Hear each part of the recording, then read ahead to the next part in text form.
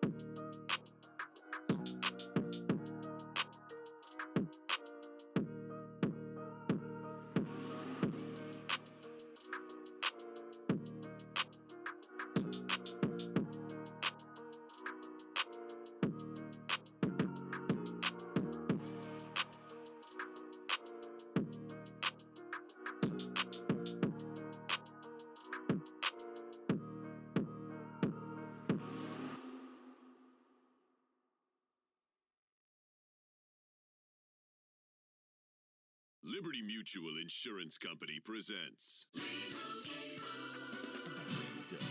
you. Liberty Mutual customizes your car insurance so you won't pay for what you need. So if you're a fan of saving money on your insurance, there's one place you should go. Liberty.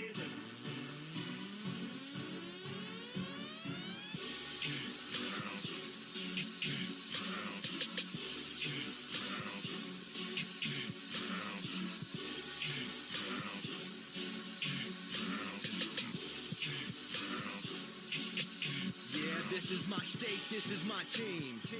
You know what that means. This is for the black and blue that I bleed. This is for the chance to bring home that ring. But everybody gonna doubt this. So far there ain't been another way around it. We bring heat to the game each week. They just say we ain't got what it takes, we ain't bout it. Well, y'all can just keep saying that we ain't gonna make it, but at the end of the day, this will be the Panthers nation. You know, this ain't a game to us major players at every angle that you can think of. That's why you hate us. Get out the way of greatness. You can look at our faces and see the blood, sweat, and tears that it took to create this. Yeah, I know what you're thinking, but you can save it. Cause even on the darkest of days, you know we're always gonna find a way to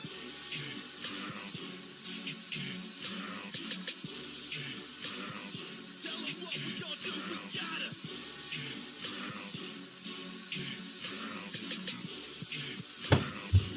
keep pounding. Keep pounding. Let's go, folks. Let's go. It is time.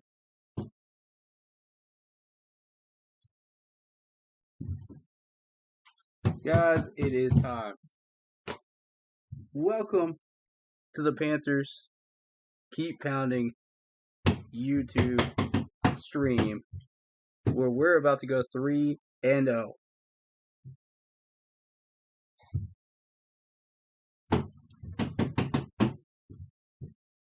They don't want none of this. They don't want none of this. We on a murder spree, baby. 3-0. It's coming. I'm telling you. It's coming. I apologize before we get started, about the extra noise in the background. There's some people working on the roof. But, yeah. They don't want this murder spree, baby. They don't want it. We're like Jason Voorhees out here, man. We're like Jason. They don't want it. They're scared of this defense. Hey! They don't want none of Brian Burns. They don't want none of Shaq. They don't want none of this defense, baby. Come on. The whole Texas team is just like exactly what you're hearing outside right now.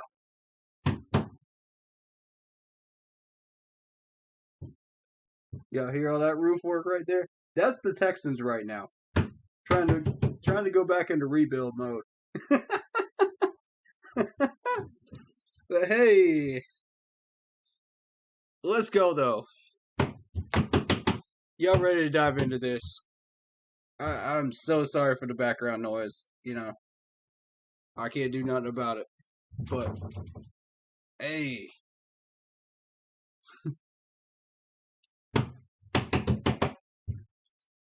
Who's ready to go 3-0 today?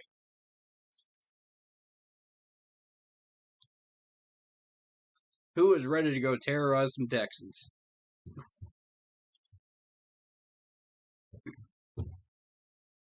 The reason I'm a little late is because, one, they're working on the roof. Two, I was listening to Thomas Davis on the NFL Network.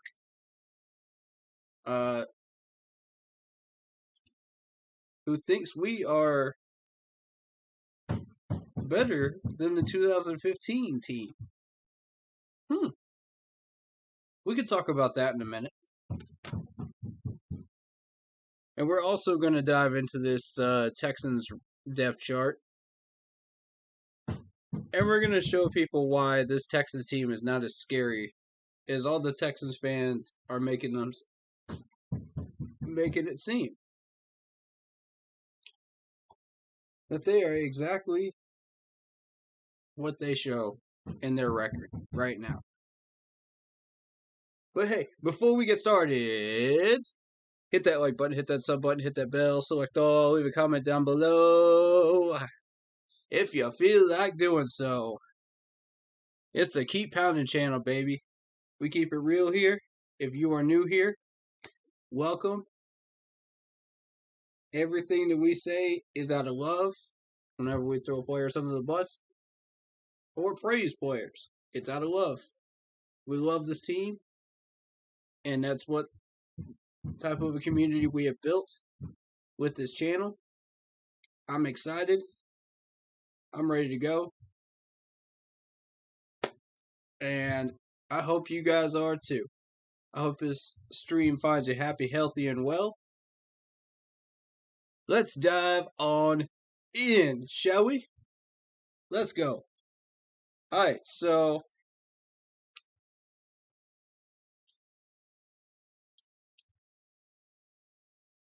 let me get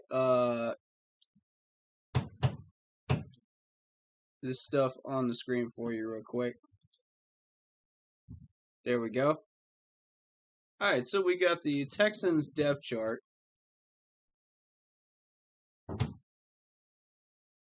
Before we get started with the Texans, though, I want to know how many of y'all think that we are better than the 2015 team. Yes or no? Because right now, just tell me in the comments or in the chat, yes or no. Because right now, I'm feeling no. I gotta part ways with TD on that one. Now, defensively, we're as good as 2014. I'll grant him that. As a full team, no, we're not quite there yet. We're not quite to 2014 status yet. But we're getting there. We're working at it. You know, we got a strong team. We got a real strong team right now. You know, the fact that we just posted 24 points against the Saints proves it. We still got some work to do on offense, but hey, that defense is top 15. I say top 12. I'm saying it right now, 12th ranking. Y'all could believe it or not believe it if you're Texas fans. But hey, this is going to be a fun year if you're a Panthers fan right now. And we are, ladies and gentlemen.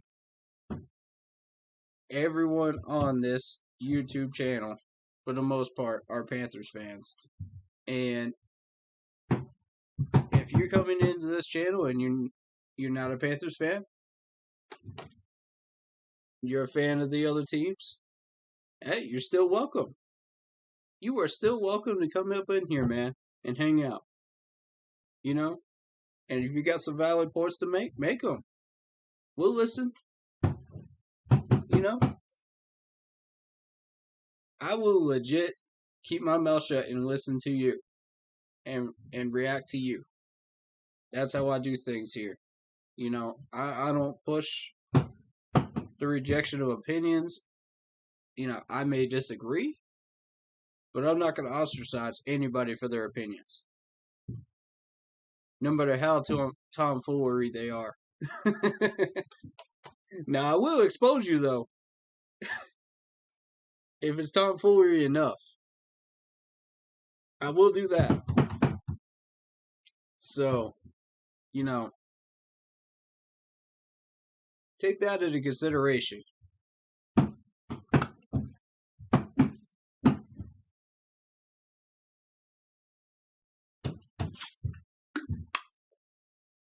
I like what Thomas Davis was saying, though. He thinks, you know, this is a sustainable team. We can sustain this all year. And I agree with him. We can. But are we as good as a 2014 or 2015 Panthers team? No. Let's win on the road in Dallas, and then that'll start to change my mind on that. But right now, no. We got a lot of work to do before we get to that point. So let's take a look at this Texas roster right here. You got Davis Mills starting today. Again, apologies for all the construction work outside, but hey, that's the Texans right now. Tell me I'm wrong. Oh my goodness.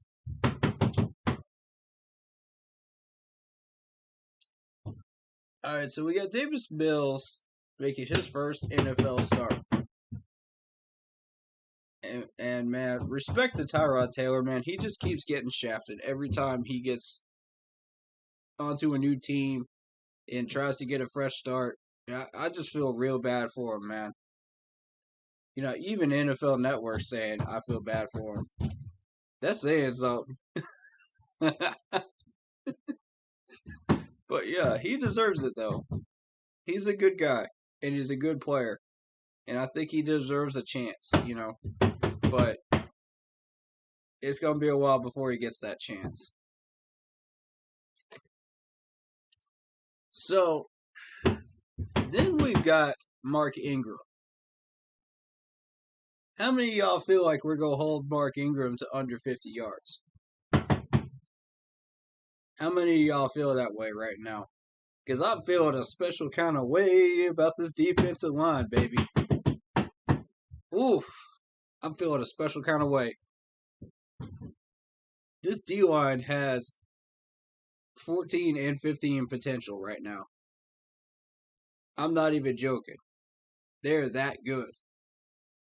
The fact that we were able to shut Kamara down to 5 total rushing yards. And I know y'all saw that TikTok going around. Bucks fans can't believe it. Dude, I'm loving this. I'm straight up loving this right now. I know most of y'all are still at work, and that's all right, But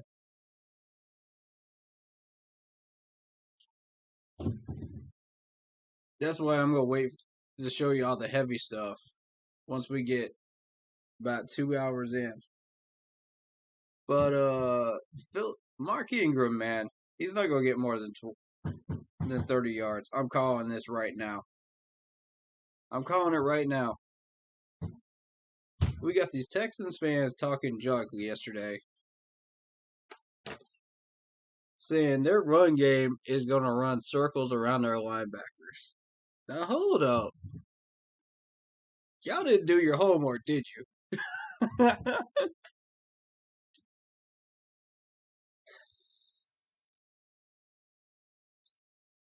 Yeah, we're first in the league in run D right now, and that run D is for real. That's a top 10 run D. You could say, "Oh, well, we didn't play anybody." You could say, "Oh, well, the Jets are awful." Point, valid point. And the Saints had like 10 people out. Valid point. However, that allowed us to focus 100% on Kamara. And good things happen when we're allowed to focus only on him and shut him down. That run D is for real. I'm telling you. When we play Dallas, you're going to find out. Ezekiel Elliott is not getting above 100 yards. It's not happening. I'm telling you that right now. That is a guarantee.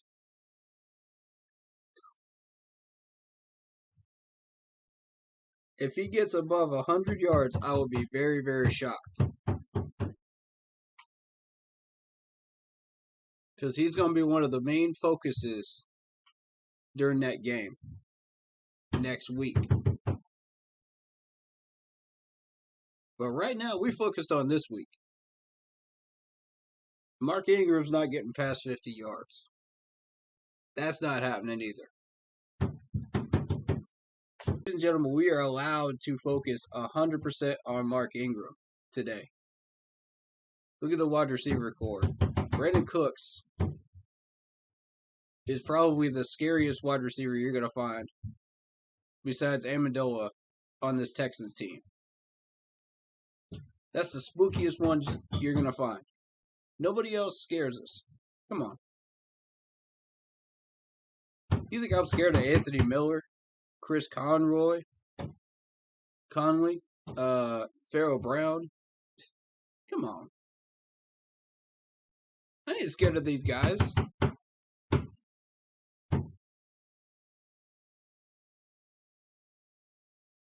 You know why Joe Horn was not tested, right? Or J.C. Horn was not tested, right? This man was taking care of business out there. He will not get properly tested until we get Dallas. Then Dak Prescott is going to try him. And it's going to happen about 10 times in that game. And J.C. Horn is going to come up big 8 out of 10 times. That is the goal that I see him realistically succeeding with. I can see it.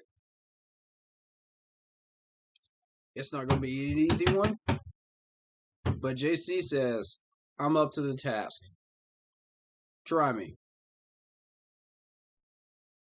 But JC is not going to get properly tested today. That's not going to happen.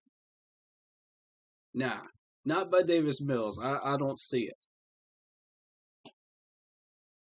Not by a Texans team that is still under construction right now. Just like my roof. But hey, don't take my word for it. Take it from NFL Network, man. These people are saying the same stuff we are right now. None of the major networks understand this team. But I'm going to tell you, NFL Network does. Every time I've watched them, they have a proper understanding of what we're doing. And Davis Mills is not scary at all. Brandon Cooks could be potentially dangerous. And Mendola's not playing.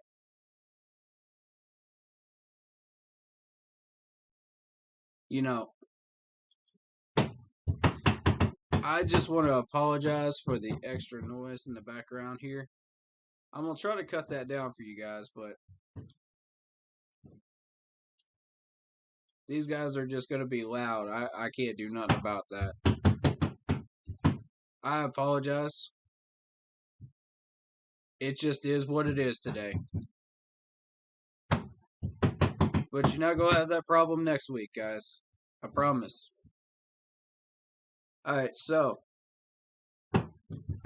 we got Justin Reed, who is not playing today. And I think if you're going to attack anybody on that offensive line, to me, it would have to be Titus. Because they don't have anybody behind him. You know, you got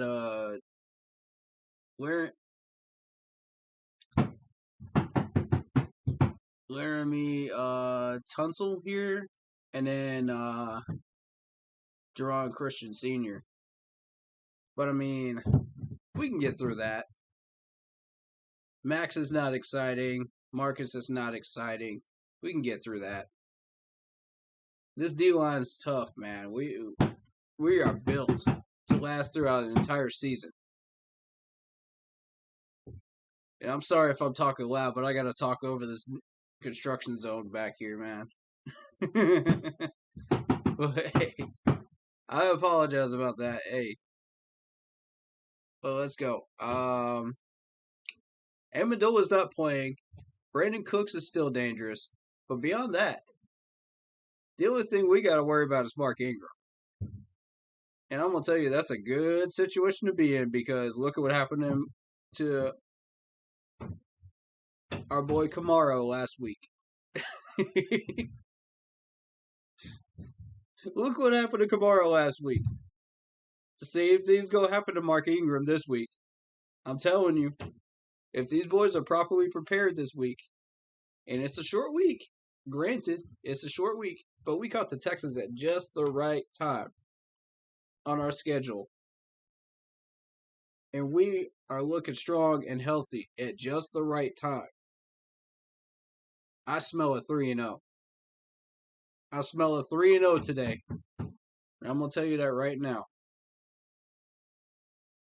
Pharaoh Brown does not scare me. Chris Conway does not scare me. Anthony Miller does not scare me. This wide receiver core is not scary at all.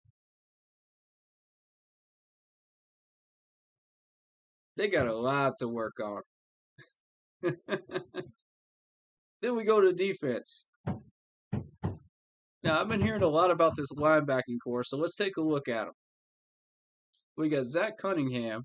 We got Christian Kirksey. And Kevin Pierre-Louis. I've heard of Neville Hewitt before. Oh, yeah. Just a random. Yeah, I'm not going to say that last word. Yeah, if we got through Remzik and Armstead, we can get through Tunsil. Exactly, man. Yes, sir.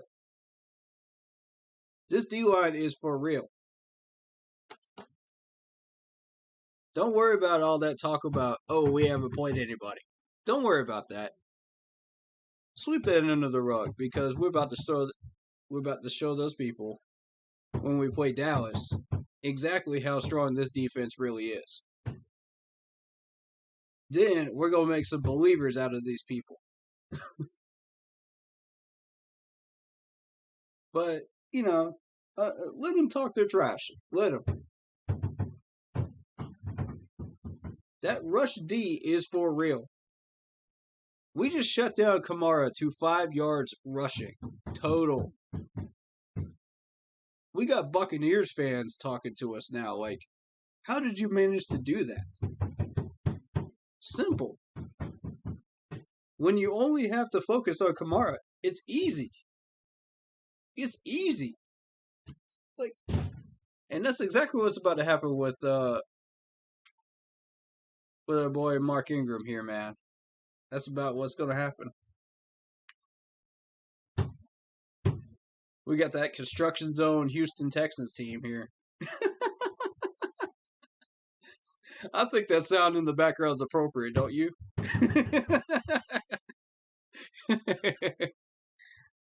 Hey. So we won't be seeing Deshaun Watson. So that won't be a problem. So, this linebacking core, and I don't know if y'all caught that Thomas Davis interview on NFL Network before 4 o'clock here. That was awesome. He has complete faith in this defense, in this team, to sustain what we're doing. He has complete faith, and he compared us to the 2015 team. I wouldn't go that far. Defensively, I would rank us 12th in the league. And the reason I say that is because we still have a real young team. We could face injuries. We could have a young J.C. Horn get burned, when we face tougher teams like Dallas and the Bills later on. But right now I'm looking at 12th and I'm thinking, this is pretty intimidating, around the league. So offensively, we're not quite there. I would hesitate to say that we're close offensively to the 14 or 15 team. We're getting there though. We put up 24 against the Saints team that's struggling. So we still got some work to do. We still put up a goose egg in the third quarter. So we still got work to do. But defensively, this unit is almost as strong as the 14 unit. With Thomas Davis and Luke out there. Minus those two. You know what I'm saying? Like, it's dangerously close to that level. And that's awesome. We haven't had a rush D like this since 14 and 15. It's been a minute. since we've been sitting on top of the league with those types of numbers. Now, granted, we faced a terrible Jets team, and we faced a Saints team that was struggling. We caught them at the right time with 10 people out.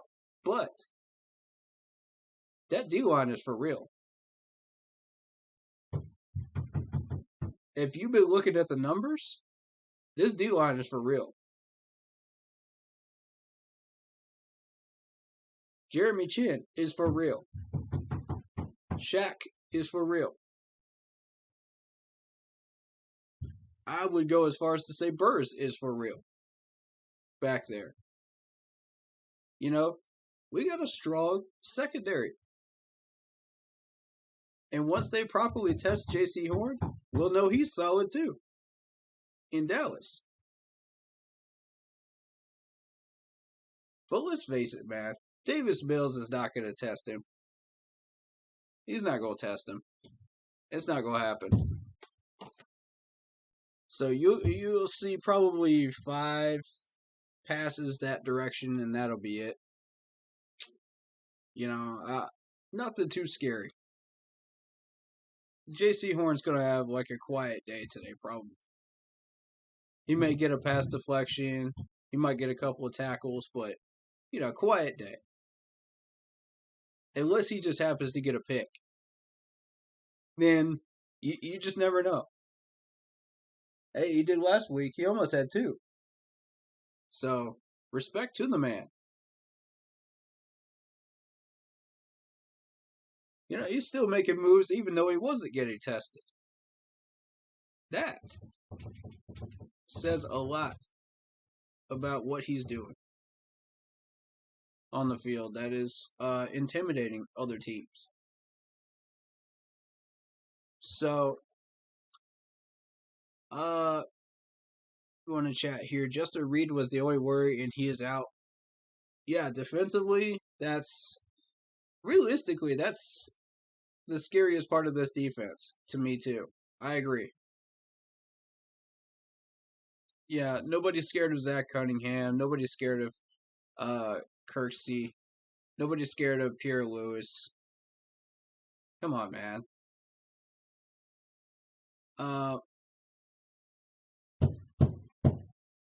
To me, this is just another roster full of people that they're still working on, you know, and still constructing. And it's going to take a few years, man. It is. Before the Texans are back. But they got to get their management straightened out. And this 53 is not going to cut it. They had a total of 4 wins last year. And defense has not even reached their full potential because they're so young. Exactly.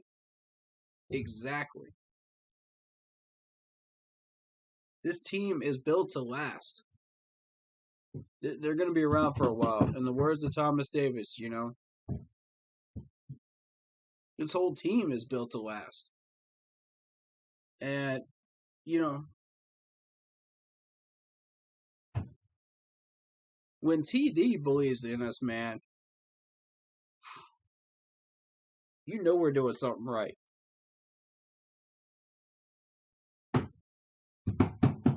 So, you got man, let me take a look at Zach Cunningham. I want to look at him.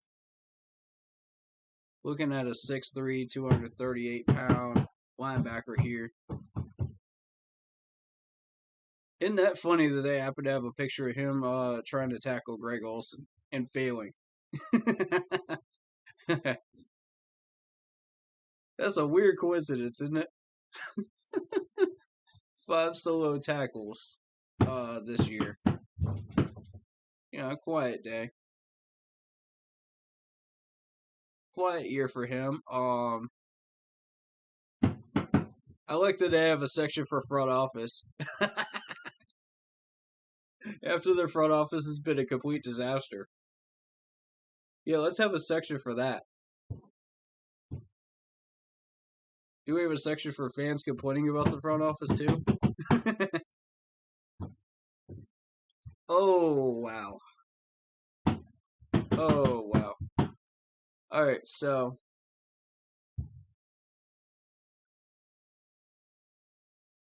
we've got Panthers set record for all-time Saints series. Let's see. Let's see what happened here.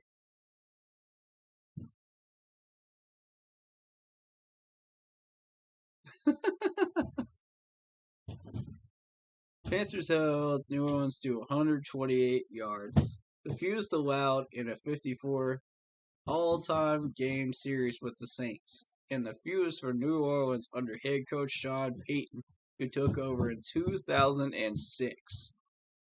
Woo-wee! Carolina recorded 4 sacks and had 2 interceptions. Panthers 10 sacks in the first 2 weeks, second most through 2 games in franchise history since '98. I don't think y'all truly understand how big this game was against the Saints. Now y'all starting to see, like, this is massive. This is why I was celebrating so much in that last stream. As not only did we win big, we set historical landmarks by doing it. And it's been a long time in coming, too. Because the Saints have been absolutely slamming us every year and taking us to the woodshed. And it's time. It is beyond time that we get our karma back, man. And we start hitting them back with the haymakers. And this team is capable of doing it, too. So the Panthers held the Saints to 48 yards on the ground with 2.8 yards per carry. 93 rushing yards allowed through the first 2 games of a season are the fewest in franchise history. 93. Do y'all know how many rushing yards these teams have been getting on us the last 5 years? And we held these 2 teams to 93. Just a thought. That's something to get excited about right there. That shows you how good this D-line is. Now, if this D-line was average like it was last year, we'd be giving up about probably 150 to 200 yards, right? Right around there. Because Kamara tends to rack up the yards when he's got a supporting cast around him. But this time, we were able to hone in just on him. And look what happened. That's what happens when you don't have weapons. And if you remember, when CMC was out, they were able to hone in on our own running game and shut it completely down the last time we played them. That allowed the Saints to completely focus on our passing game. And they shut us down. That's what happens when you don't have a supporting cast. When everybody around you that is taking the pressure off of you collapses. So we caught him at the right time, and our D-line is feasting. Ezekiel Elliott is next. I'm telling you. He's going to get about, 60, 70 yards on us, but still. Think about that. That Cowboys passing game is going to open up the run lanes for Elliott, but we're going to keep him under 100. I'm going to tell you that. That's just how good this D-line is. And y'all see if I'm right. Y'all record that. Write that down. Because you know I'm right. It's going to happen. I don't care how many Dallas fans say otherwise. Let them talk. The year when we drafted nothing but defensive players is paying off. Yes, sir.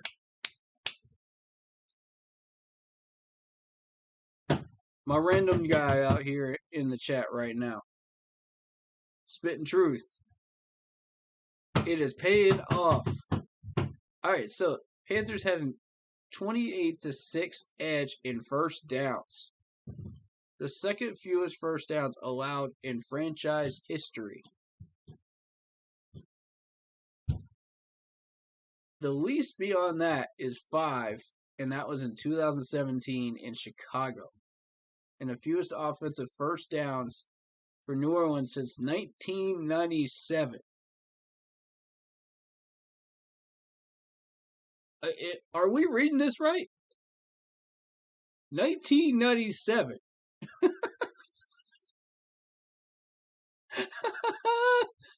Oh, it's beautiful. I'm loving every bit of this right here. I'm loving every bit. Panthers offense converted 2 of 3 red zone opportunities into touchdowns, which we struggled with before, and hit a field goal on the other drive. Carolina also converted 8 of 15 third down opportunities. 8 of 15. Y'all remember what that number was last week?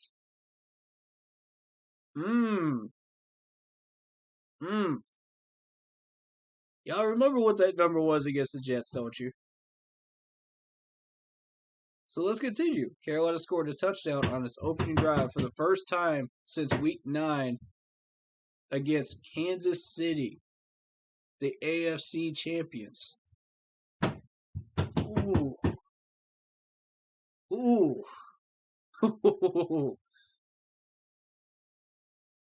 The Panthers special teams allowed a blocked field goal and an average of 28.8 yards per kickoff return. So not only are we making history in other areas, but we're making history in special teams too. Not making a touchback on 6 kickoffs. Oh my God. And our time of possession was 38 minutes and 32 seconds. 10th highest for a single game in franchise history. Oh my God. Look at this list right here. Isn't this beautiful? Isn't this the most beautiful thing you've seen in at least 4 years? It keeps going. It keeps going. Sam Darnold threw for 305 yards and 2 touchdowns and 1 interception. It's his 5th career game with over 300 passing yards.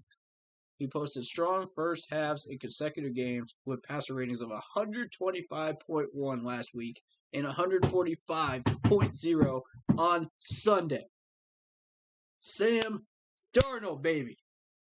Yes. That's what you like to see. Go get that bread, Sam. Running back CMC had his 29th career game with at least 100 scrimmage yards as he finished with 72 rushing yards and 65 receiving yards. He almost had the same amount of receiving yards as he did rushing. Is anybody surprised that's CMC, though? That's CMC. He also scored the 30th rushing touchdown of his career.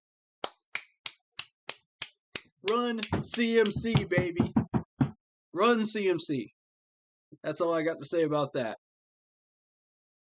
Wide receiver DJ Moore had 8 catches for 79 yards and a touchdown, passing Moose Muhammad 216 for the most receptions through a Panthers wide receiver's first 4 seasons. He passed Moose. DJ Moore's touchdown catch was the 5th in the last 4 games against New Orleans. Woo-hoo! Go get it, DJ. Dan Arnold had 55 receiving yards on 3 catches. His 18.3 yards per catch, tied for the most by a Panthers tight end since Ed Dixon in Detroit in 2017. Oh my God. Everybody's making freaking history today. Everybody on this list. Everybody. Might as well throw the kicker's name on here too while we're at it. This is just wild. This is wild. Hassan Reddick had 1.5 sacks and a tackle for a loss. His 3 sacks through the first 2 games tied for the 3rd most to start a season in franchise history. Woo! Oh, baby. Now we finally get to even Brian Burns. We haven't even gotten to Brian Burns yet. We haven't even gotten there yet. Now we're here. Brian Burns had a sack and 4 total tackles with 2 quarterback hits. He has the most career sacks, 18 and a half, of any player in his 2019 draft class. That's why that man's on my fantasy team right there. If y'all have any doubts, Spider Burns is on my fantasy team. So is Shaq. Let's go get it. Safety Justin Burris came up with a second interception as a Panther, while quarterback J.C. Horn had his first.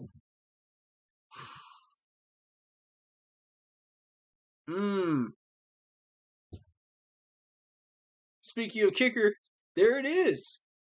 There it is.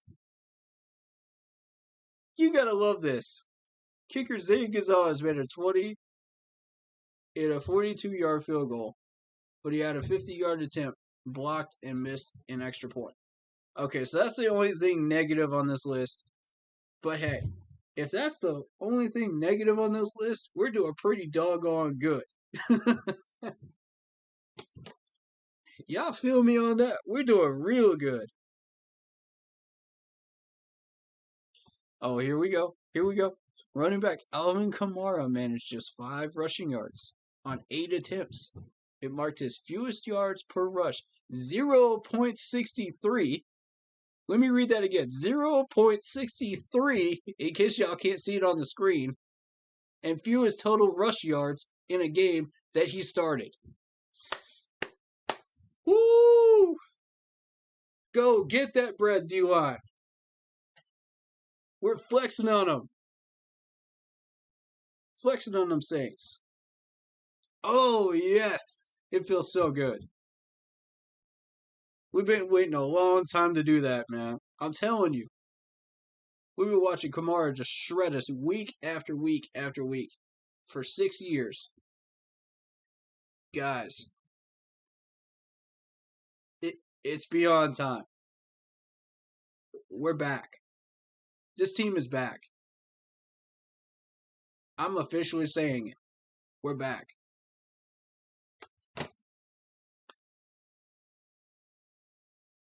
These announcers are sleeping on us.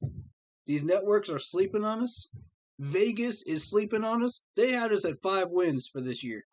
5 wins. Can you believe that? 5 wins. Man, please. We'll get 5 wins in our sleep. With this schedule the way it is. With this defense the way it is. I'm talking about 10.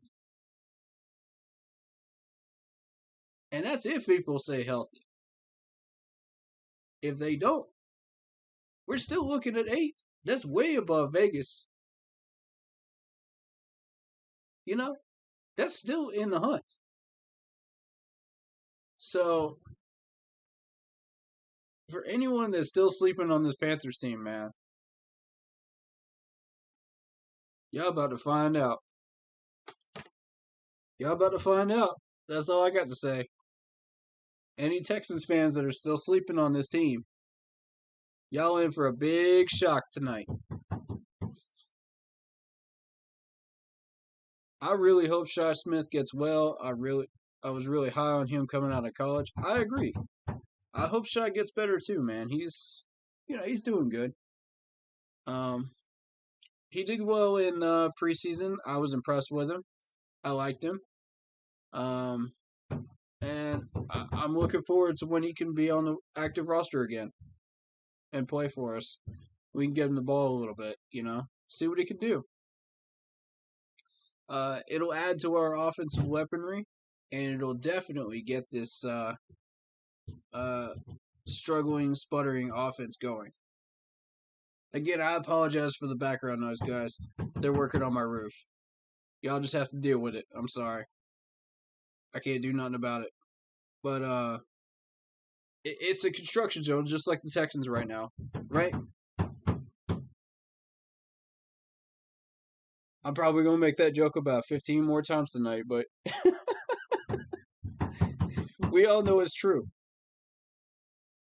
You know, the Texans lose Nuke, they lose J.J. Watt, they lose pretty much a third of what they had before, their entire nucleus, and that's what they're left with. You know, it's a construction zone. It's exactly what it is in Houston. And that management has no clue what they just did. You know, Watson ain't coming back. He ain't gonna play for them. If you think that man's ever gonna play a game for the Texans in a blue and red uniform again, you are sadly mistaken. It's just nobody wants to take the trade bait. Nobody wants what they're offering. They're offering too much for him. They want too much for the man. I love Watson like the next guy here, but he's not the answer for us. I'm really, really satisfied with that Sam Darnold trade now. I'm saying it now. I had questions about it back then. I was a little frustrated by it at first, but now I got full faith in it. You know, look at what Sam has done. You know, he's throwing some darts. Yeah, he had some incompletions in that last game. He's going to have some. He's going to sputter a little bit. You know, he's still seeing ghosts from that Jets team, you know, that didn't give him a proper line. You know, he's still trying to learn how to make those reads under the proper time in the pocket with a decent line. So give him some time, guys. You know, there's going to be some incompletions. There's going to be some sputtering. And that's okay. You know, it's a growing process for him. He has definitely come to the right place. Because we just fixed our line and we are ready to go. You know, this is perfect timing for Sam Darnold. I'm happy for him, and I hope he has a very, very successful career here. I will say this: we need to stay away from Tyrod Taylor if this man ever becomes available as a backup, because everywhere he goes, he gets injured. Something happens to him, and that sucks for him. But you know, it's an injury risk, and we can't have that. You know what I'm saying? Like, I don't see Tyrod Taylor staying with the Texans much longer after that injury. That cost him a major opportunity to do something with Houston. Yeah, exactly. The Jets did nothing with Sam. And it's a real shame because Sam Darnold is I'm not going to say great. I'm not going to say elite. I'm going to say pretty good. You know, and pretty good gets us to 10 wins. I believe it. I believe in Sam Darnold right now.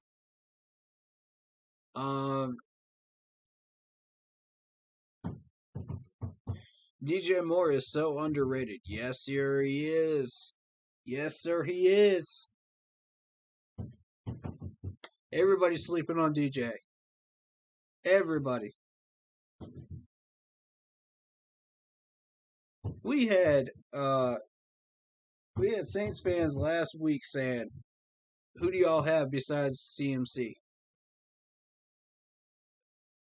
Who do you? That was the question on Big Cat Stream. Who do y'all have besides CMC? They could not name a single player. Isn't that sad? We had the top 5 wide receiver core in the nation, in the NFL, and y'all could not name a single Panthers player besides CMC.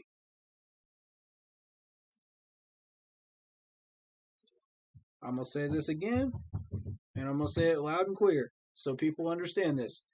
Every piece that we have on this team is part of a bigger machine. That is what made us work so well and so well oiled in 14 and 15 because everybody helped each other out. Everybody was on the same page. We were all clicking on all cylinders. And you saw it during that Cardinals playoff game. That is us reaching our peak as a franchise thus far. That's what we're capable of.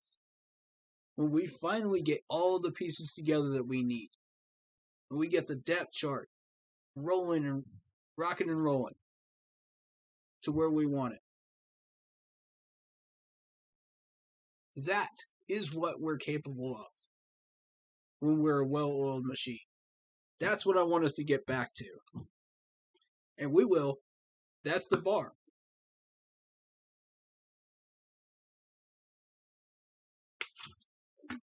We're 2/3 of the way there now. We just got to add depth. We got to get this O-line taken care of. Make sure that they have some depth. We got to expand that playbook a little bit. Get some points on the board. Get that kicking game under control. And don't beat ourselves. Stay healthy. And we're looking at the 14 team that made a solid playoff run, by the way. We're never going to be the 2015 team because I had Luke and Thomas Davis on it. But we can be the 2014 team, quality-wise and structure-wise, to where we can make some real noise for about 3 to 4 years. If we get everybody together.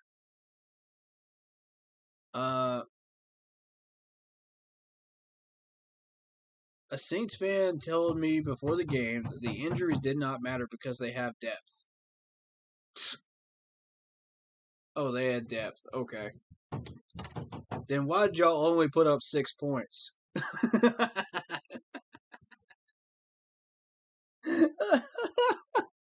Then why did y'all only put up 6 points?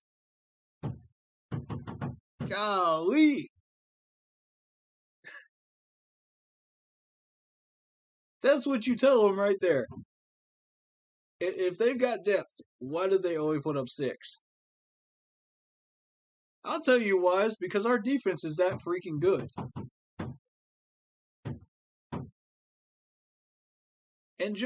And J.C. Horn hasn't even really been tested yet.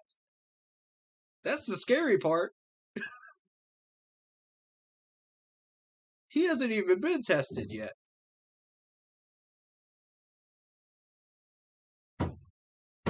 Man, I don't know how many of y'all saw that TikTok of the Buccaneers. The NFC South, where the Buccaneers representative was just like, hey, whoa, whoa, whoa, whoa, whoa. Look what happened here. You know, the Saints just kept saying, who that? And we just decided to murder them. I mean, we were tired of it. All right, y'all need to chill out up there, man.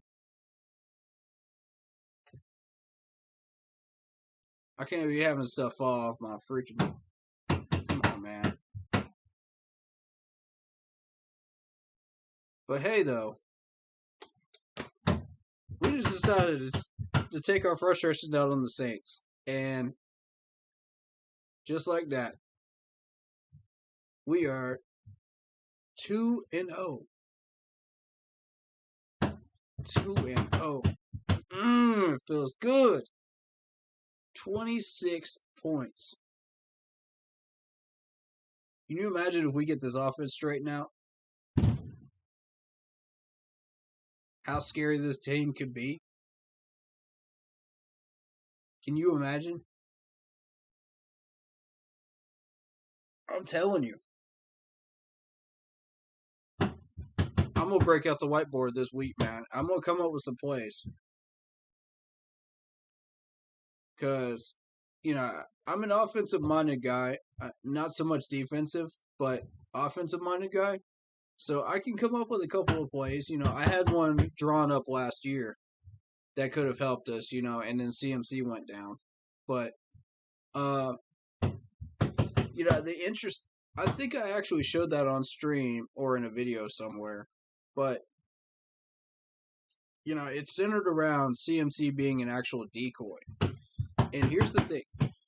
Do you remember when they said that when CMC is out on the field, he is rarely ever a decoy? Think about that. Think about the possibilities that opens up when CMC becomes a decoy for a few of those design plays. That's interesting, right? That's exciting. We got the opportunity right now.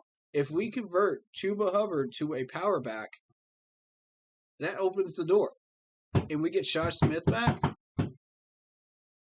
Those possibilities are there.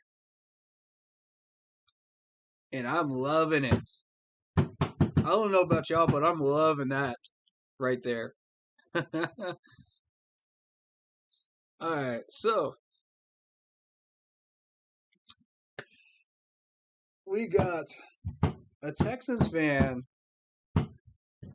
talking about how this game is going to be closer than we think it is. I don't know how many of y'all saw Big Cat stream last night, but I watched the replay for a few minutes and I said, now wait a minute now. This dude thinks that strongly of the linebacking core of the Texans. This dude thinks that they're going to shut down CMC. And I said, whoa, put the brakes on that train right there. That ain't happening. Can we all just take a moment and just revel in this right here? This man thinks you're going to stop CMC when he's healthy.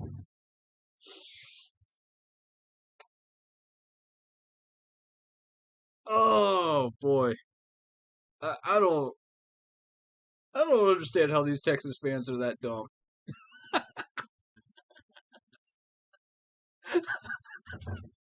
Dude, you're gonna stop CMC. I would love to see you try. Good luck. This man's a freight train. He's not quite putting up Derrick Henry numbers, but he's still, he's CMC. Come on, man. And you gonna stop CMC. Please. This man believes this so much that he's willing to take the Vegas bet of 9 points for the Texans. Drugs are bad, okay?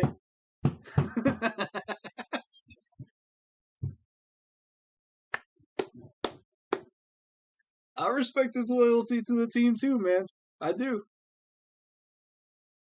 I agree with you. I do too. There's something to be said if you got that much loyalty to your team. But you got to do the homework, man. That's the other part of it. You can't just... There's so many people out there that claim to be streamers for their teams that just don't understand their teams at all. Not our crew, man. Not the people I associate with, but there's still some out there, man, that don't do the homework. And these are the same people that take these dumb bets and they think, oh, well, we're going to stop CMC. We're going to do this and that. We're going to do that. And it ends up not happening. And they end up looking like fools every week. Do your research. I got to call y'all out on that. Am I going live tomorrow? I will be going live after the game. And it depends on how much we don't get accomplished during that stream. As far as if I stream tomorrow. We might split it up. I don't know. It just depends on the first 2 hours.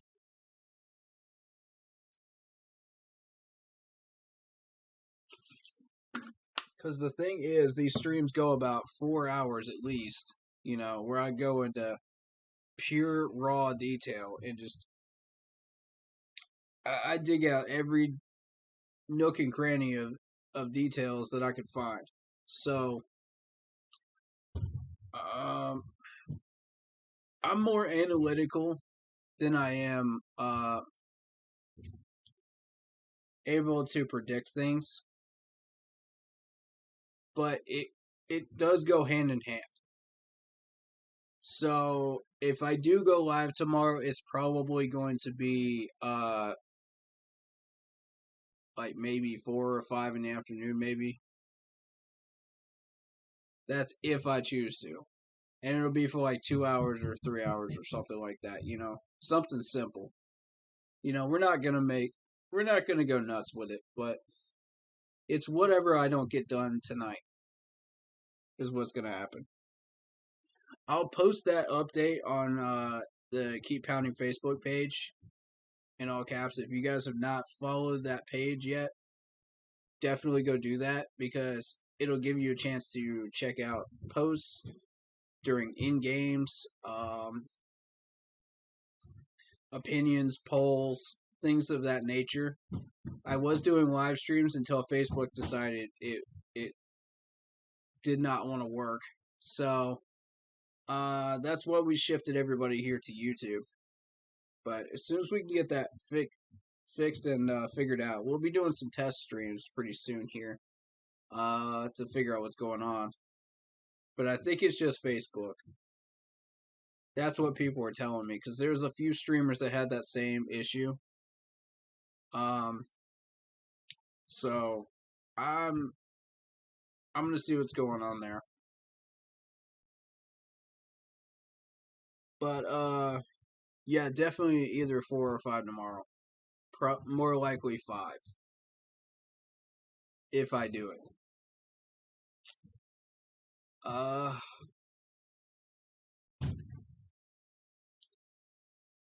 So yeah, keep an eye open for a post about that tomorrow. Around 3 to 4 o'clock ish. I should be posting something. So I'll be looking for that. If I do need a second stream. But we'll know tonight what happens there.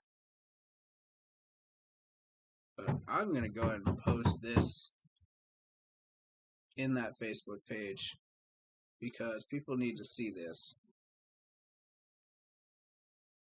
I'm going to let everybody that's on that Facebook page check that list out. Because that's a heck of a list. That really is.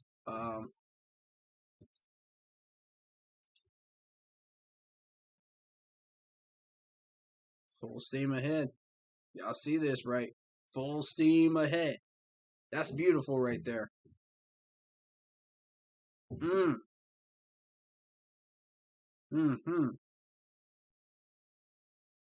Let's see. What are y'all post on here, man?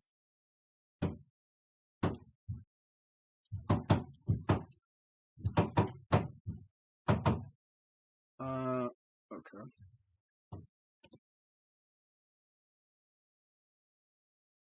Okay, yeah, I gotta delete that one because that's not in the right spot.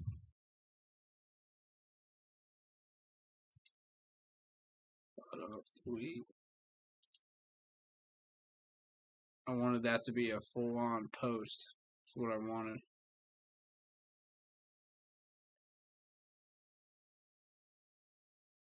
There it is. All right. Facebook is just weird, man. I don't like all those new updates and stuff like that. Call me old-fashioned, but I just don't like it.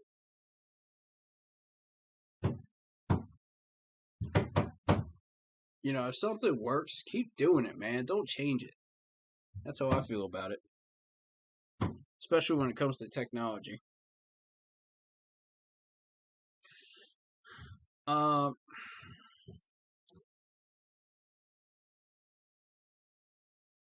Okay. While we are having trouble with that,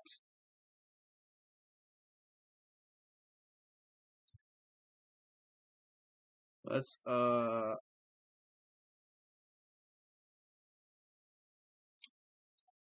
check out that Texans injury report, shall we? See what we're dealing with here. Amendola is the one that catches your eye first, obviously. That's a thigh injury. Did not practice all week, and he is out. So we won't have to deal with him. Nico Collins with the shoulder injury. No status on him. Interesting. Terrence Mitchell with a concussion. Oof. Yikes. Tyrod Taylor had that thigh injury. Everybody pretty much knows about that. That's not a mystery. Deshaun Watson, you know. They're not even putting him in team practices, even though he's on the active roster. That's interesting. Okay. Grigor Hill with the knee injury. Did not practice, and now he's questionable. I don't think we'll see him. Yeah. All right, now here is the big one for me, Pat Eflin. The guard with hamstring injury. Did not practice on Monday and Tuesday.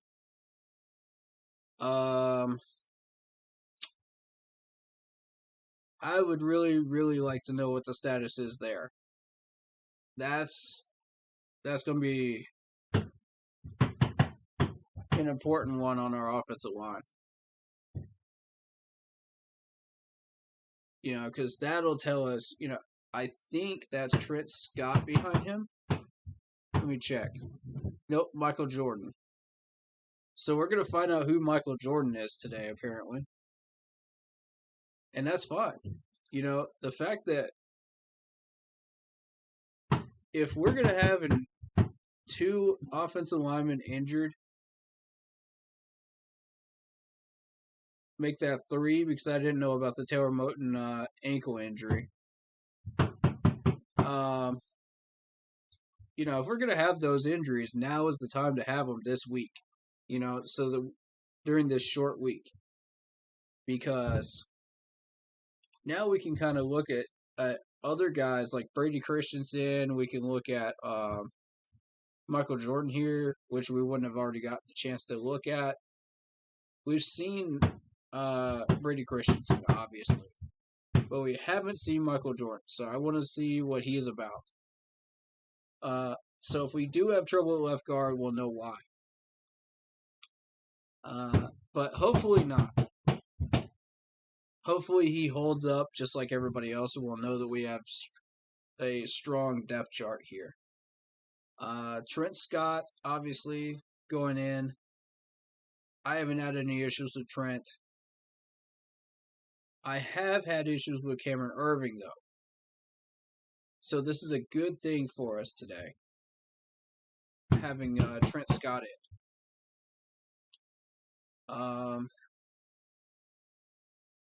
because that'll give Cameron Irving time, to work on some of these drills where he doesn't commit holding penalties, he doesn't have false starts.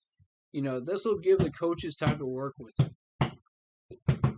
to try to fix those problems.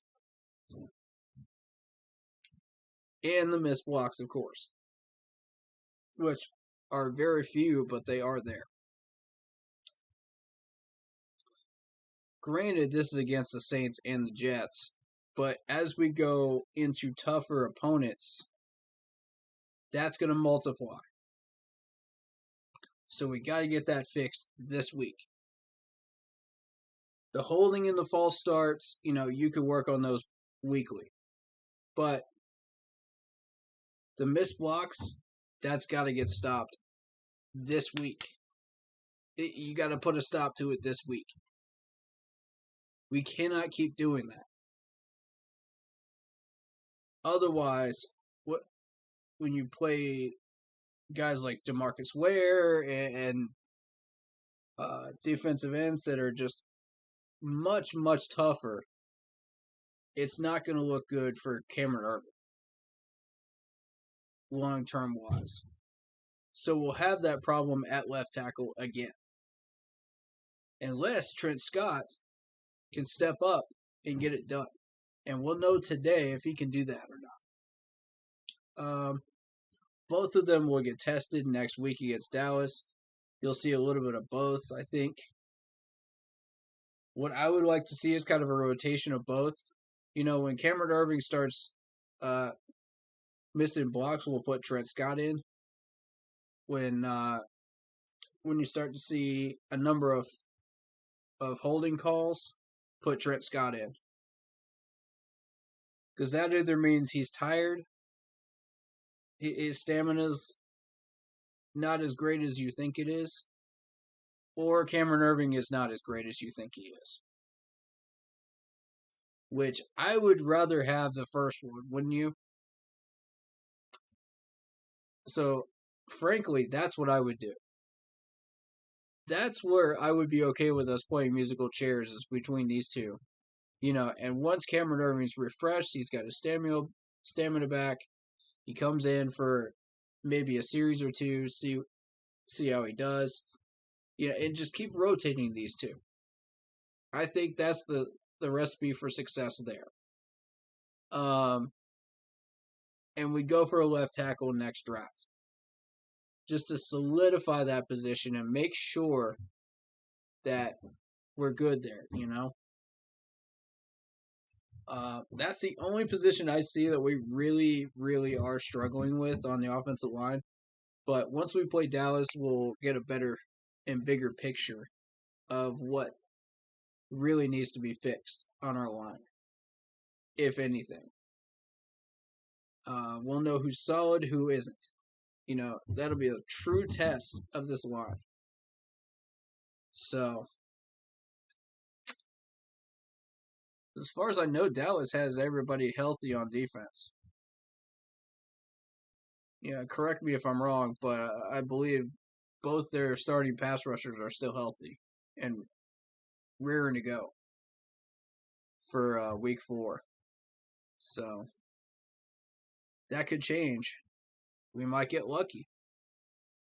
We'll see. They got a strong depth chart, though, too. So, I am slightly concerned about that Taylor Moton ankle injury, though, because Taylor Moton has been an anchor for us thus far. But I'm also not concerned because I know what Brady Christensen can do. So I'm not worried about, Moton being out for a few games. That's not a problem. But for a significant amount of time, though, we do need him back. Because I'm okay with Brady Christensen going the long wise for the whole season, but if we can keep Taylor Moton healthy for as long as we can, then it would be to our benefit. Um,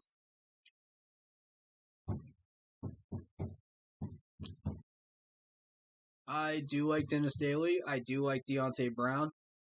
So if we get in trouble with a John Miller injury, we got a solid group here. I think we're okay there. Um,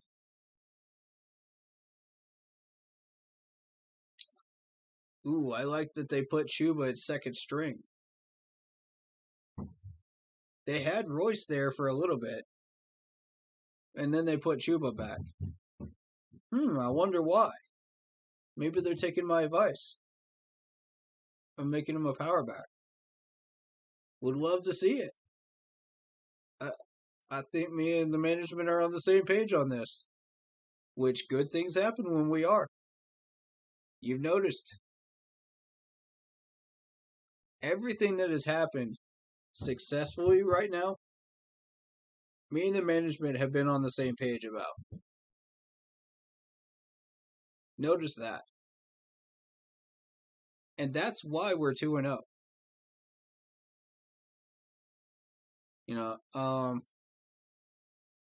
I can't wait for Shaw to come back, man. I still don't understand why Richie is a running back. But okay. Whatever floats your boat, management. It doesn't hurt us. I just don't see him as a running back. But anyway, last week gave us a really good chance to see who Daquan Jones is. And that, ladies and gentlemen, is a very, very good thing. Because we know who Bravion Roy is. We know who Nixon is. But I had questions about Daquan Jones. And he answered them without fail against the Saints.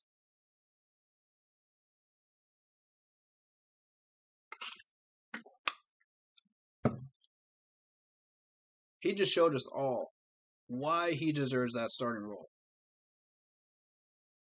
Morgan Fox as well. I'm sold on Morgan Fox now. I need to see another week of that consistency. And consistency is the key to success with this team. I'll say it again. Consistency is the key to success with this team. Because that's what the 14 and 15 teams did really, really well. They were consistent, they were strong, they were determined, and they stayed hungry. And when you got all those pieces put together with really strong players, good things happen. Really, really good things happen. And especially that depth. That depth, man. I want that style of depth again. It was filthy. And I'm starting to feel that depth right now. I'm starting to. This crew is getting there. So looking at the depth, you've got Marquise Haynes. I like him. Nixon, I like him. Roy, I like him. Gross Matos, love him. Julian Stanford, I need to see more of. I don't know much about him. Clay Johnston, shaky. Shaky at best. I don't know much about him. I need to learn more. Luvu, love him. Stanley Thomas Oliver, he's good,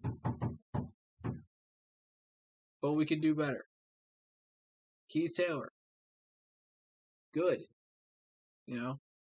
Sean Chandler, good in certain situations, bad in the goal line. Sam Franklin, good. Daryl Johnston, good. And Phil Hoskins, good. This is a defensive fronted depth chart that we could be proud of right here.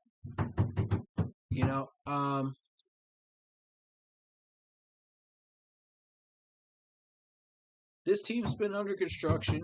So have the Texans for a number of years.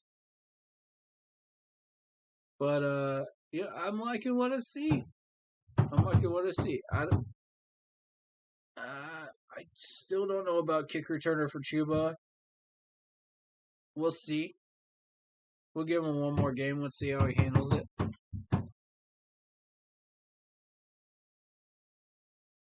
But there is one person I really do want to point out. Alex Erickson. When he did not hesitate and just ran.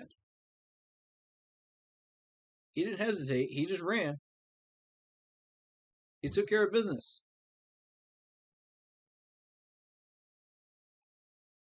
God, I really need a freaking pop filter for my mic.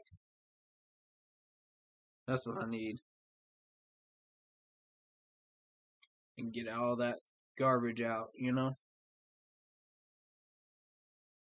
But, dude.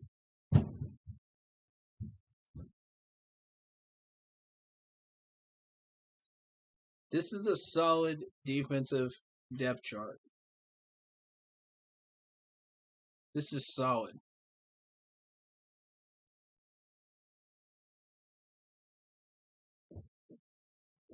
I would prefer to see Hartsfield over Franklin.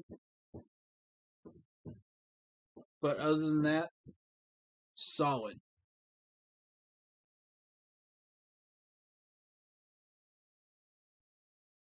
That allows us to focus on the offense. Now, once we get the offense going, this team's going to be hard to stop. This team's going to be nasty. But we got to keep Sam Darnold healthy. Otherwise, if Sam goes down, that's the season.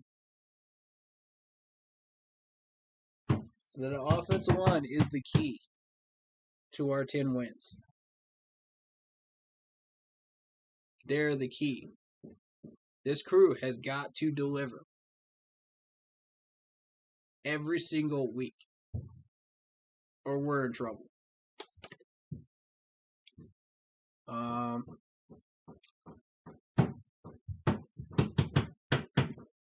I apologize about the extra noise in the background.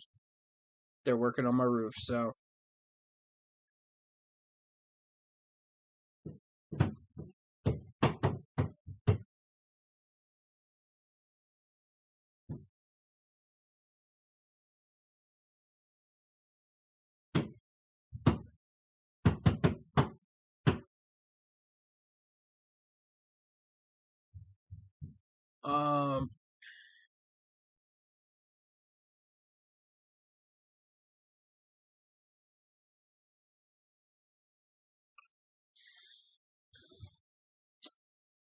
So, players that we need to find out about, and this is the week to do it. Michael Jordan,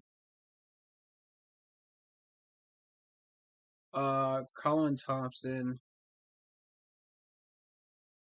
I want to know a little bit more about him.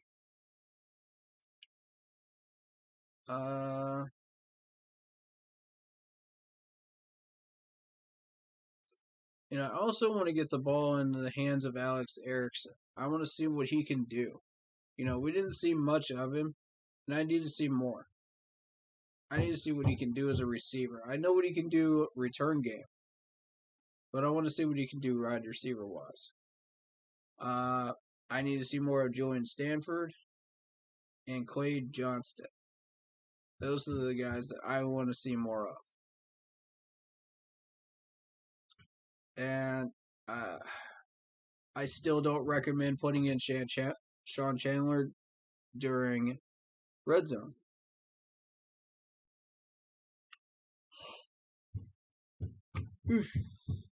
I really don't.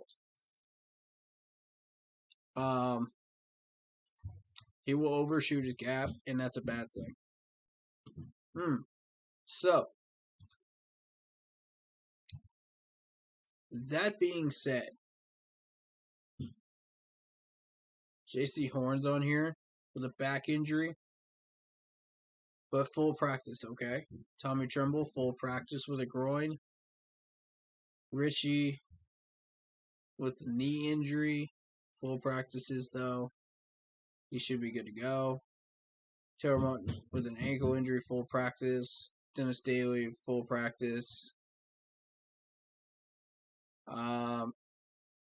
That's both of our offensive linemen. That's good. That they both had full practices on Monday. That's a good sign. Now, that's not a guarantee that both one or both will play, but that's still a good sign.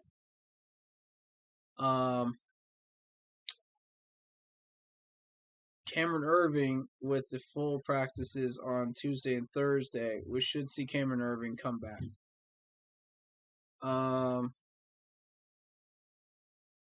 So again, I want to see Cameron Irving and our guy Trent Scott being switched out throughout this Texans game. Let's see if this works. This is the time to experiment a little because the Texans don't have much of a pass rush right at the moment. So now is the time to, throw the chemistry set together and see what we can do. And what we can't going into big games.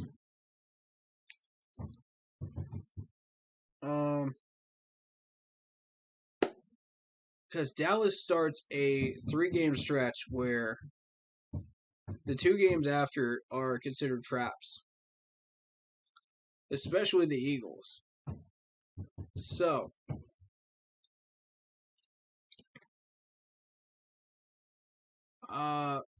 Vikings I don't consider a trap at the moment, but that could change. Dallas will really, really challenge us in every way possible. I feel like we are at that level where Dallas is, but not offensively. So today, the goals are going to be, let's get more than 26 points. Let's push the envelope, Let's get points on the board. Let's convert these third downs. Let's stretch the field a little bit, Throw a couple more bombs than we normally do. Let's see what we can do and what we can't.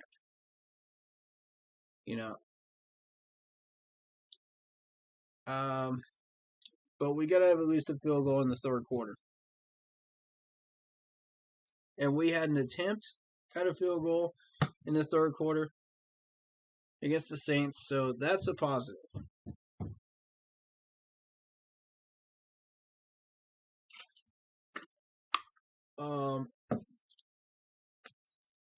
So there is that.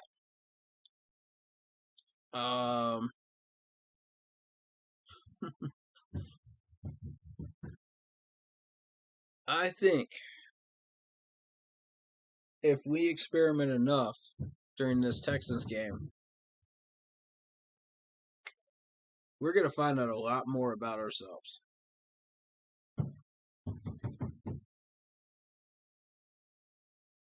So, let's try this little Cameron Irving and Trent Scott sub.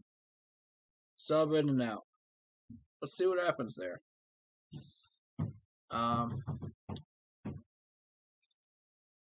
I suggest we put in Michael Jordan during the is he still hurt? Is Irving still hurt? Limited practice, full practice, full practice. Okay, so we'll probably see Cameron Irving. We'll probably not see Pat Eflin. So we're going to get a real good look at Michael Jordan today. That's what's going to happen. All right.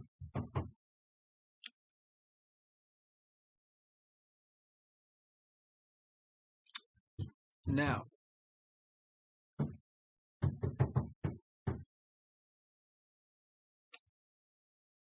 what do we want to focus on right now?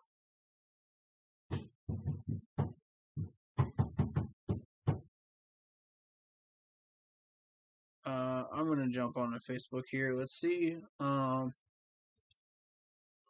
Let's see what people are saying in the groups.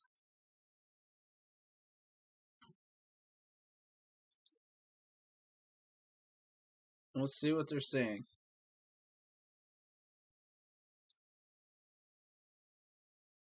Alright.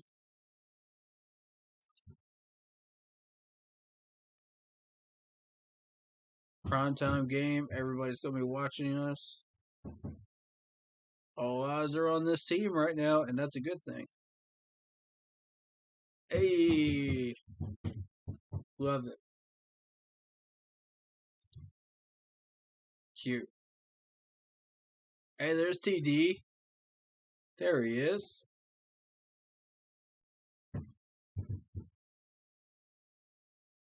Today, this man turns 54 years old, and the Panthers are going to go 3-0.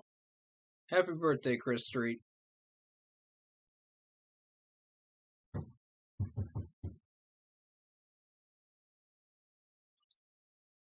Let me just type a quick happy birthday to this man.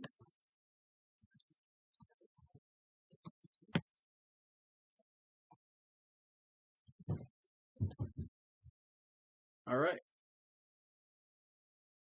There you go.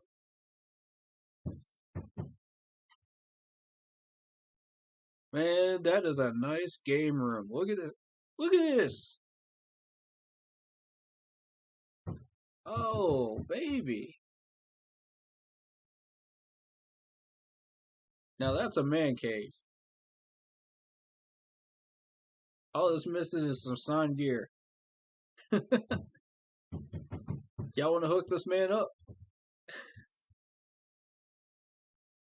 That's fire right there. There are those games on off years that we lose. Games we should win, must win, but don't. If we can do what we should in the game, then it secures a foundation for this season. Let's go. It's about to be time for pregame. All right.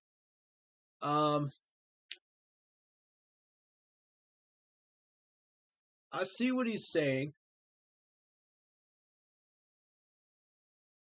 I legit see what he's saying. And he's got a point. He's got a point.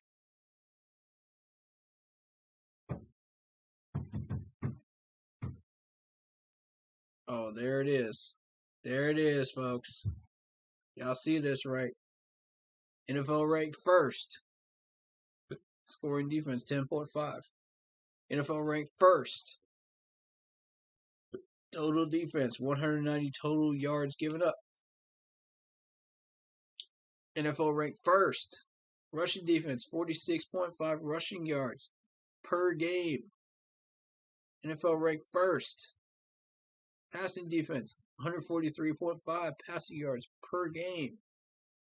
NFL ranked first. Sacks 10. NFL ranked first. Quarterback hits 21. Oh, man.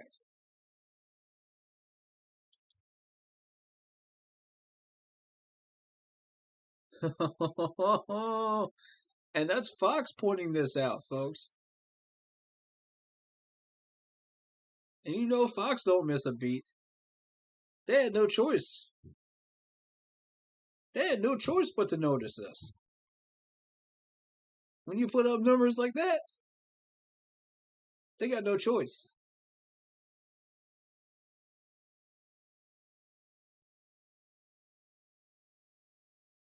Hey.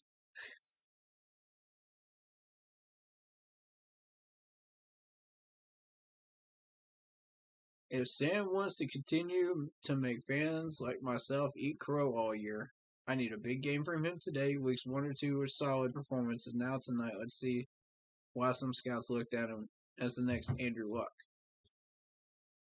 340 yards passing, 3 touchdowns, 99 plus passer rating, 64% completion or higher. We need that Sam I am. I agree. I'm with you. I'm with you, my man.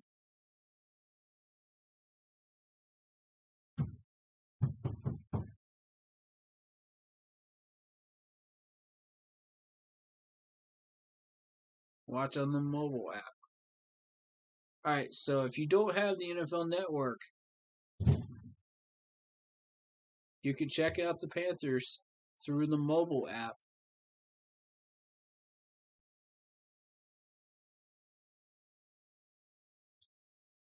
And fans can also stream the game for free on Safari on mobile iOS devices through Panthers.com. Links for streaming will be available at the start of the game at the top of Panthers.com and the app. Alright, so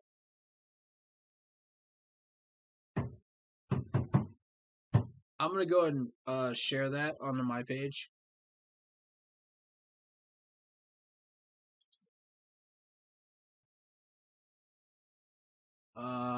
If it'll let me. I may have to download that.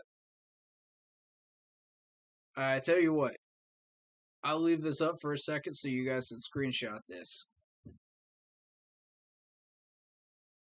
Pause the stream, screenshot it, do whatever you got to do.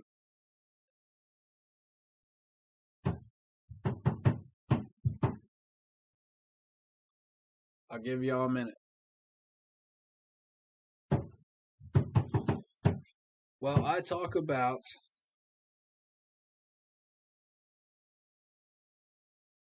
the fact that we have risen up in the power rankings.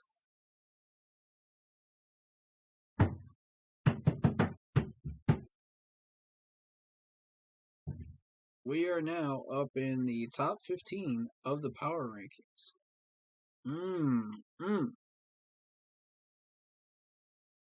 How y'all feel about that right there? Feels good, doesn't it? We haven't been up this high in the power rankings in a minute. I'm excited. Yo. Alright, y'all had a chance to screenshot that though? That's what's up. Alright. So what else we got? Less than 3 hours to go. Go Panthers.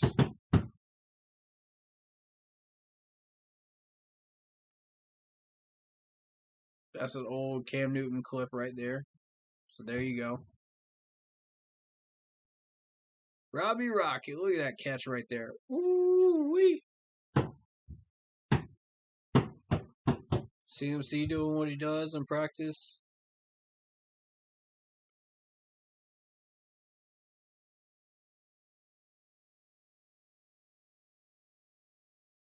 Ayo, what that bear doing?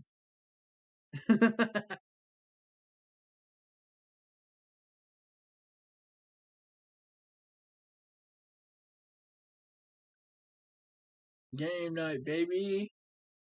Butterburns.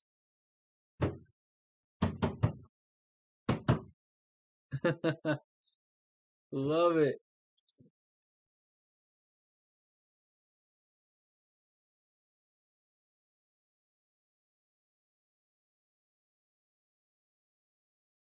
Ooh, okay. This man believes that Sam Darnold does not have any weapons. Okay. And that Sam is going to fail. Alright. Yeah, right. Whatever. Don't give this man no attention.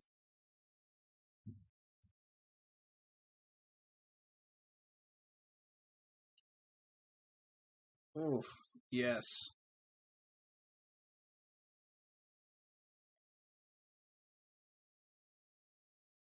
Oh, speaking of footwear, did you guys see the new boots?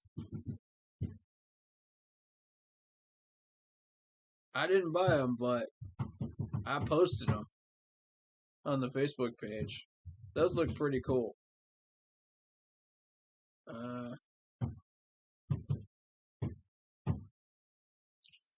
Alright, see, here's the thing. Yeah, this post right here. Everybody was riding the Saints last week after they destroyed the Packers. Rodgers didn't look good, and then we beat them down. So we've been here before. This defense is for real. And we're about to prove it in Dallas. We're going to prove it tonight. We're going to prove it in Dallas. Panthers have played the easiest schedule in the league so far per FPI. The FPI doesn't really know that the Saints were missing coaches and a few players last week. You beat what's in front of you. That's it. Preach, Cat Cave. Preach. Preach, Cat Cave. And if you guys haven't been on that page before, I'm going to like that page because that was...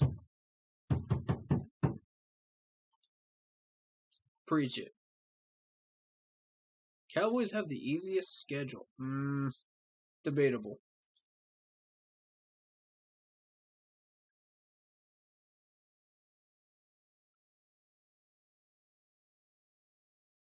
Look at Spider Burns. Look how quickly this man gets past. Look at that spin move.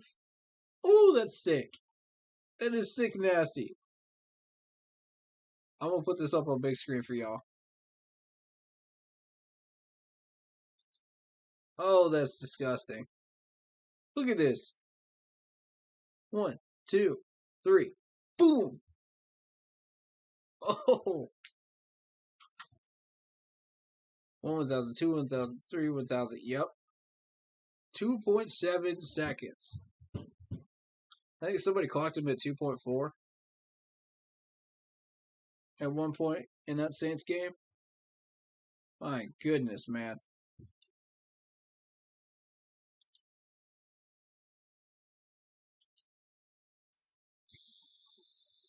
The thing is, we all knew he was this good.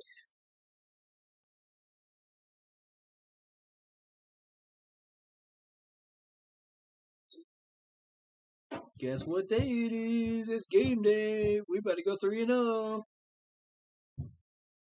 Oh, man. I cannot wait to play Sweet Caroline after this one. I cannot wait.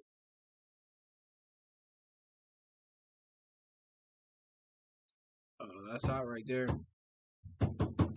Best site to purchase tickets for the Houston game. Driving from San Antonio.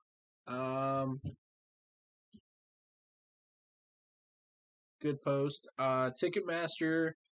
If you want to go official with it, then yeah, Ticketmaster. I know Big Cat was pushing SeatGeek, and there's also StubHub as well. So I've gotten a lot of good luck with StubHub, so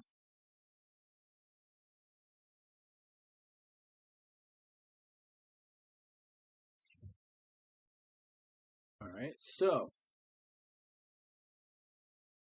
CBS Sports determines that the Panthers are a contender or a pretender after the 2-0 start. Let's see. Let's see. After the numbers we just put up, come on, man.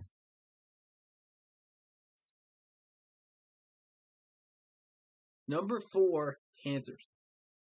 Can you believe Sam Darnold's team ranks this high? The X-Jet signal caller has looked calm and collected in new scenery. And more than that, Carolina's young defense has taken an even bigger leap than expected. You'd probably trust Kyle Shanahan and the 49ers structure more than Darnold. Not ruling company here, but the Niners are also in the crowded NFC West, making them more vulnerable to slip-ups. Don't look now, but they seem like a legitimately balanced contender. Holy cow! What? What? They're calling us a legitimately balanced contender. I'm going to highlight that. I'm going to highlight that and let that sink in for just a minute. A legitimately balanced contender. Been a minute since we've heard that, right? Wow. Wow. We're finally getting the love that we deserve. Stephen A. actually promoted our team. He backed us up. Would you look at that?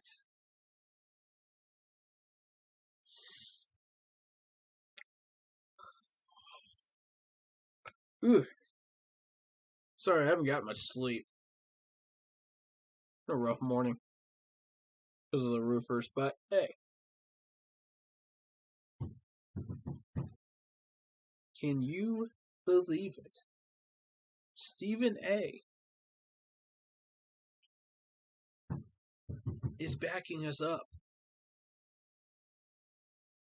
That's what blows my mind. I cannot believe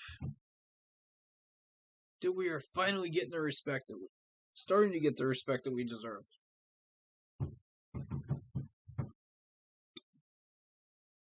Oh, the league is gonna hate this. When we beat New England, the league is gonna hate this. I'm telling you, I think it can happen. I'm calling it. I'm calling it that dub right there. If we don't beat New England, we beat Dallas.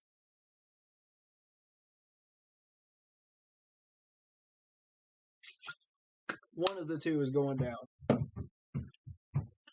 And I'm betting it's going to be New England.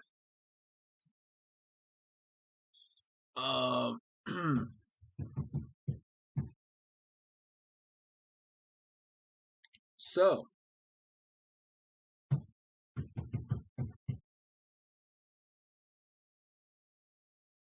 let's take a look at some of these matchups this week. I kind of want to look at that.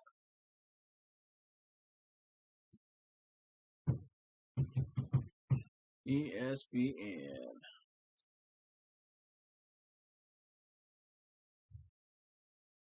How do we stack up with the rest of the league? Let's see it. All right.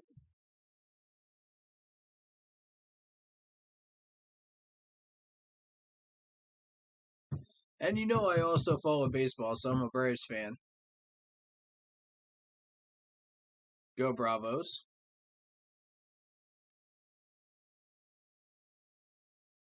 But this is not what that stream is about, though.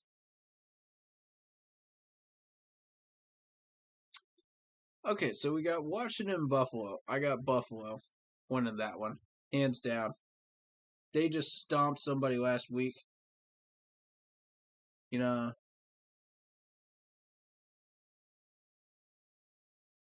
what concerns me is that Buffalo defense, man. They're going to make a run. Don't sleep on Buffalo. If you do, you will regret it. Chicago and Cleveland. Cleveland's going to win that one, no doubt.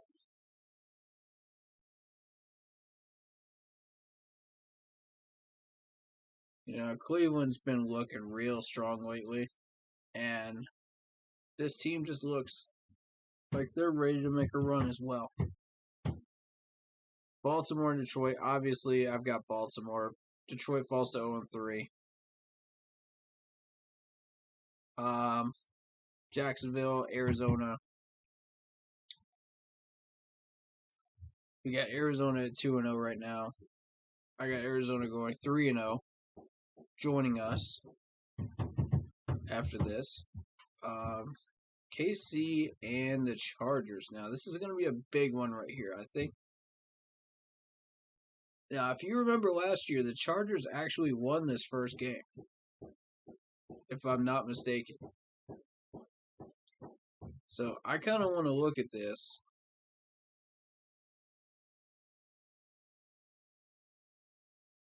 So, don't put it past the Chargers to surprise KC again.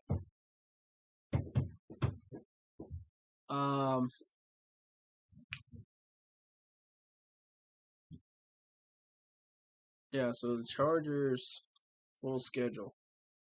That's what I'm going to look at.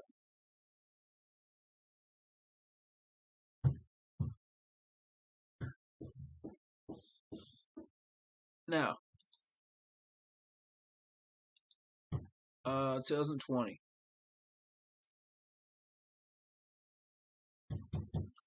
Right. That game went to overtime last year. Look at this, 23-20. KC just barely goes on top.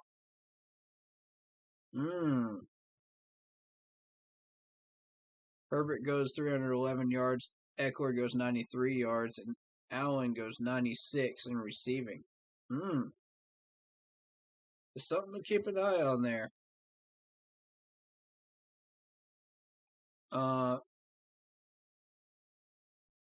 And then the Chargers battled us the week after. Herbert again puts up 300 plus because of our bad secondary, and Eckler puts up 59. So our rushing D was pretty solid last year, but it wasn't great like it is this year. And then Allen gets 132. But we're talking about a Chargers team that took Tampa Bay in Tampa, by the way, to a 7-point game. Despite Herbert only getting 14 yards rushing. They shut down the rushing game. Julian got 72, and Herbert got 290 yards. So that Chargers D was really, really on display during that game.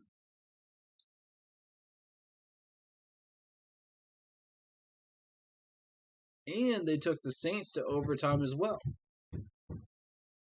So now do y'all see what I'm saying? Don't sleep on the Chargers, man.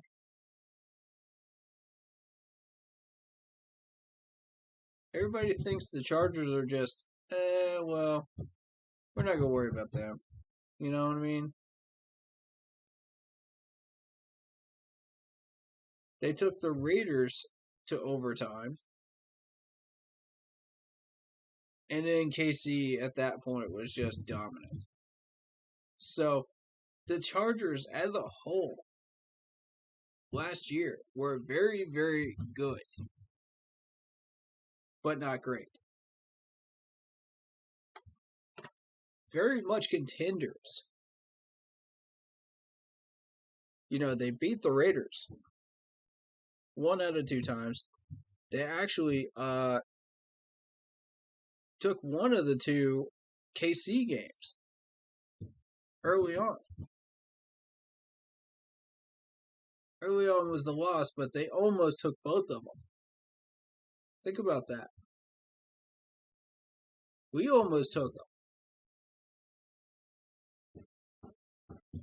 So, this is a Chargers team you don't want to underestimate, or they will burn you. So I got a feeling about this Chargers and KC game, man. I got a real crazy feeling this is going to come down to the wire. That's the one to watch this week. Besides us, of course. Saints and Patriots. I've got New England for now, unless the Saints players have come back and they've healed up, which I don't see that happening that quickly. Right now, I see Mac Jones shredding that secondary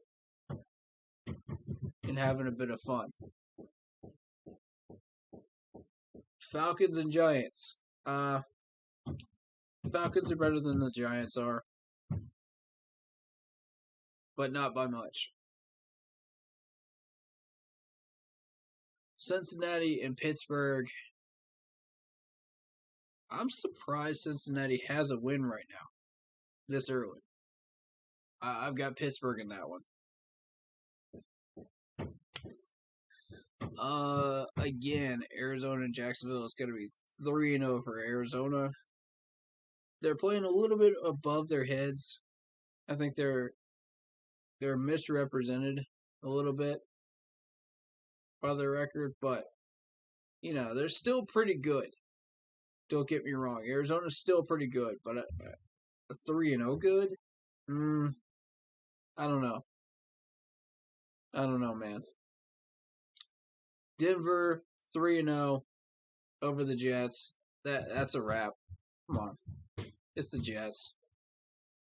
Jets are a joke. Miami and the Las Vegas Raiders. Because Tua was hurt, I believe I heard Tua was hurt. Am I correct on that?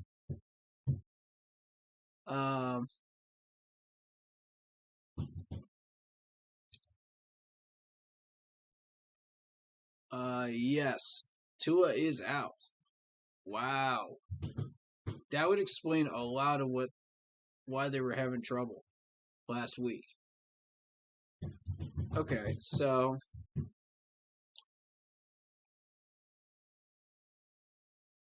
that is a Dolphins team that's going to struggle in week 3. I'm calling that right now.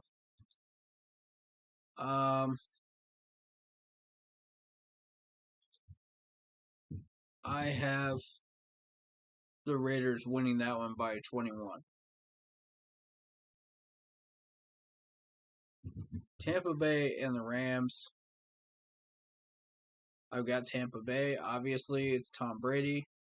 He's going to expose any weaknesses the Rams have on defense, which benefits us because the Rams could become a wildcard contender. Seattle and Minnesota. Seattle's got a raunchy team, but if they let their guard down against Minnesota, they're going to regret it. This could easily turn into 1-2 for Seattle if they're not careful. Minnesota is not a team you want to play around with or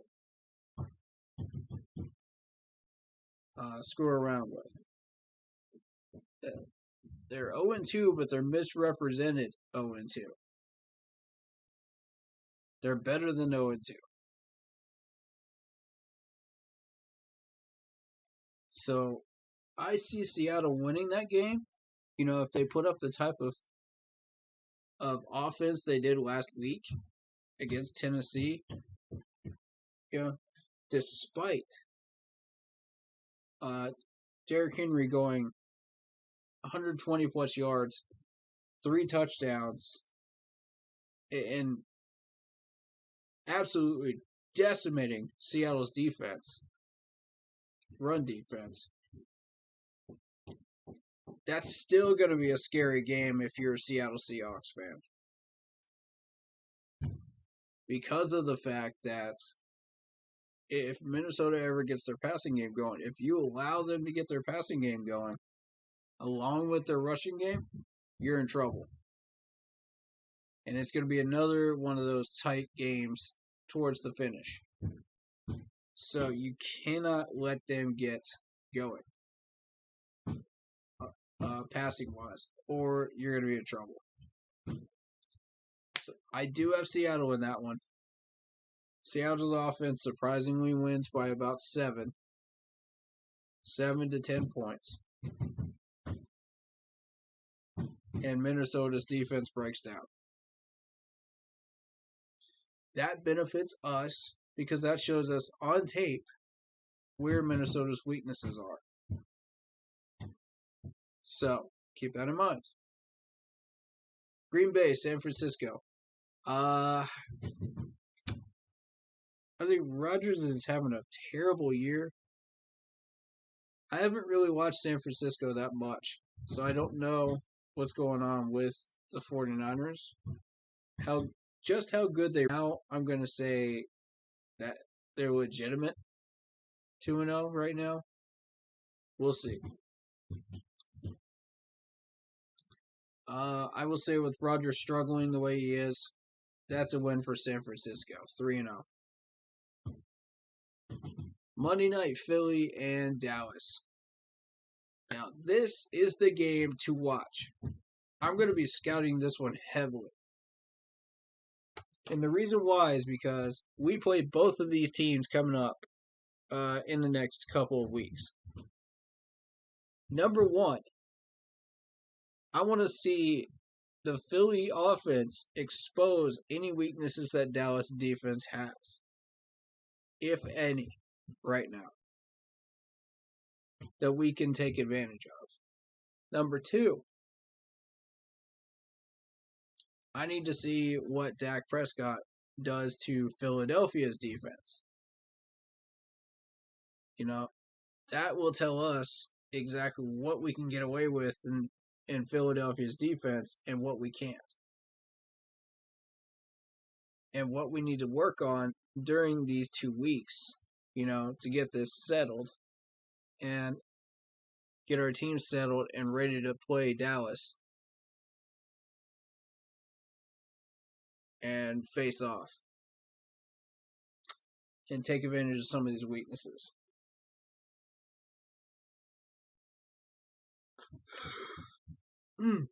So there you go. There's your recap of what I think is going to happen in week 3.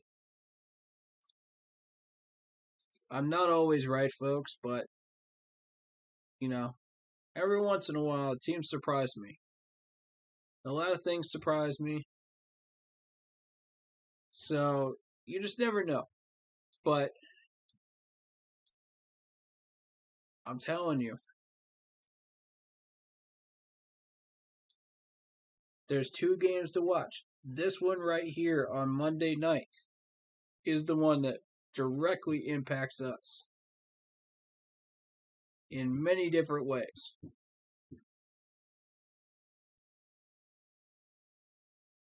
Dak Prescott right now is up to 640 yards.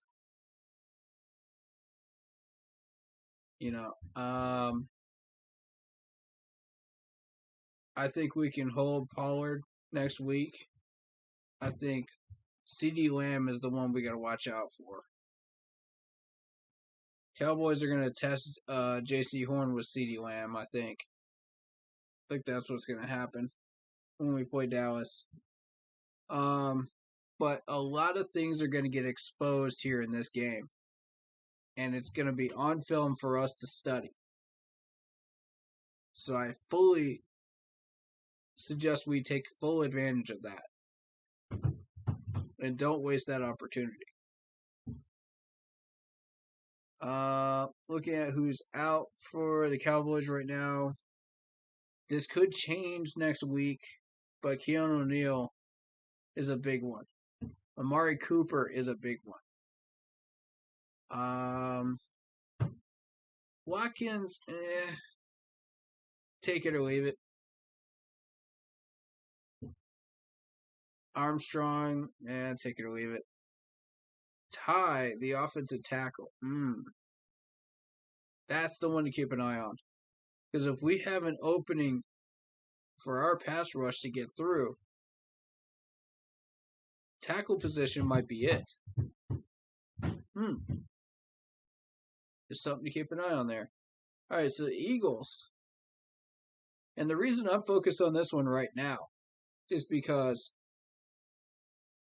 there's a lot to dissect with both of these teams coming up in the next 2 weeks. Brandon Graham, IR. Brandon Brooks, the guard, IR. Keep an eye on that one right there. I think that's the most important one. Because that allows our pass rush to get in there. Hassan Ridgeway, defensive tackle, is questionable. That's impactful because Christian McCaffrey can open up some gaps with that main defensive tackle questionable or out. Miles Sanders. Miles Sanders has been having some injury issues as of lately. So, yeah, it's questionable. We'll keep an eye on that. That kind of gives us an advantage rush defense-wise. And there's also Whiteside, the wide receiver, And he hasn't really made that big of an impact, I don't think. I haven't heard his name called that much. So, that's what we got coming up. Um,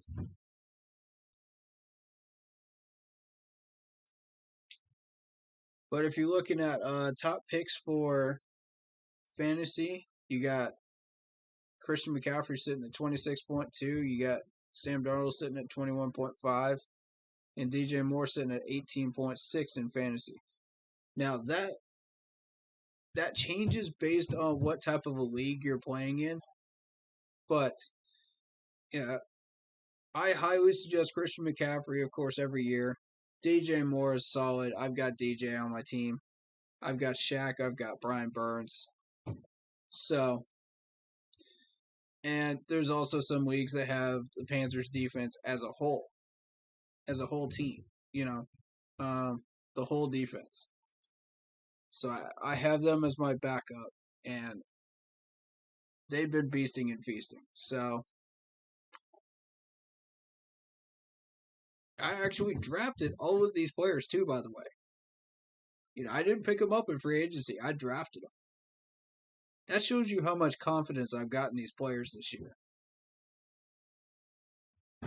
That takes some guts, folks. That takes some spine to draft Panthers players in fantasy after the past 6 years. That shows you how much I really, really believe in this team to go 10 wins. That shows you how committed I am to what I'm saying. Like, I'm not just blowing smoke. This is real.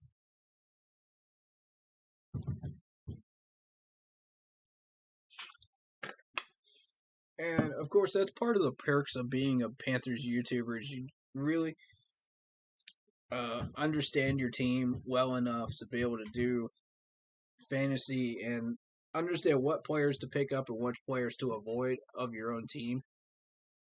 Really does benefit you in many different ways. But, yeah, I think I definitely made the right choices.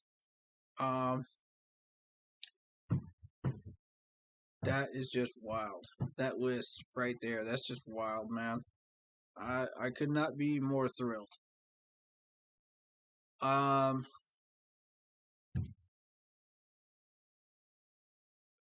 think why don't we just look at this why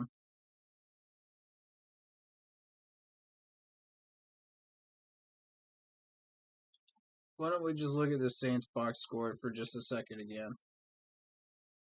Let me see if there's anything else I want to really touch on.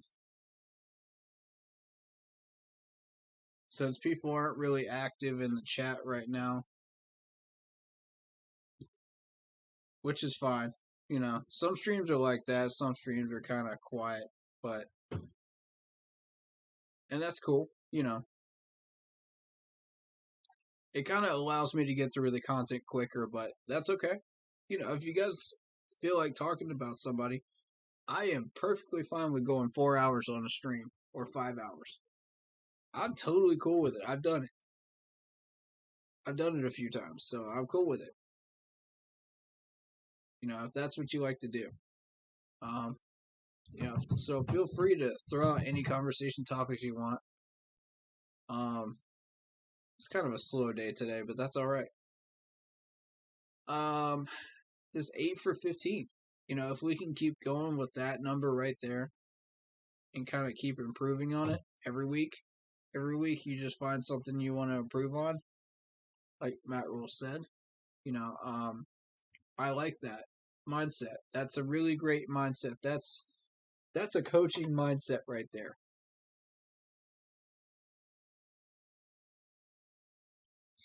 You got 383 total net yards.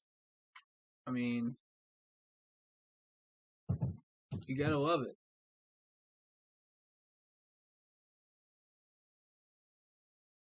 We're sitting at 5.2 average net yards rushing. Beautiful.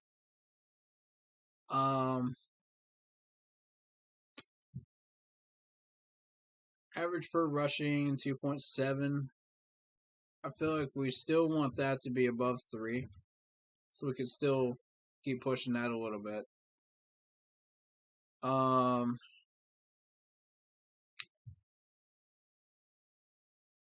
My thing is we just need to expand that playbook.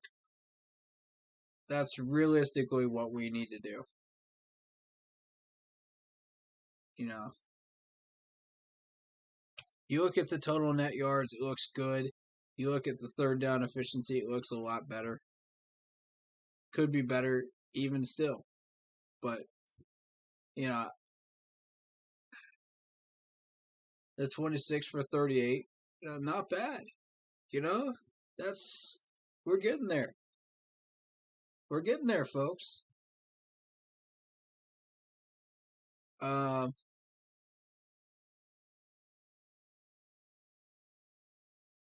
this is another thing I wanted to point out. Total return yardage, 40 on net punting average. Then you got total return yardage is 54. And this is what happens when you don't hesitate. You get more yards. So we got 2 for 3 in red zone. 1 for 2 in goal. Efficiency.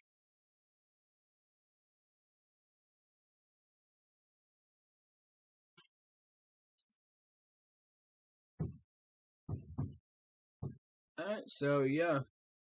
What I'm expecting is about these numbers against the Texans. Let's see what happens.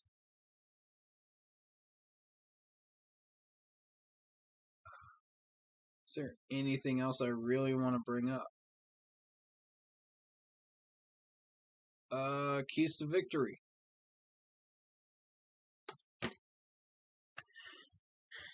Keys to victory against the Texans. 1. Our offensive line has to stand up and keep sending a message. Continue sending that message. Number 2. Going into the Dallas game. Next in week 4. So we need everybody healthy. We're going to need everybody in the kitchen sink for Dallas. And watch for injuries during that Dallas game. Also guard yourselves against injuries against the Texans too, but, I don't see them happening, really. But just be prepared for it.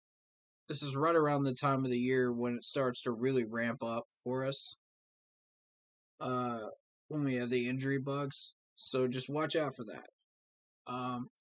So that's 2. 3, our defense has to keep doing what they've been doing.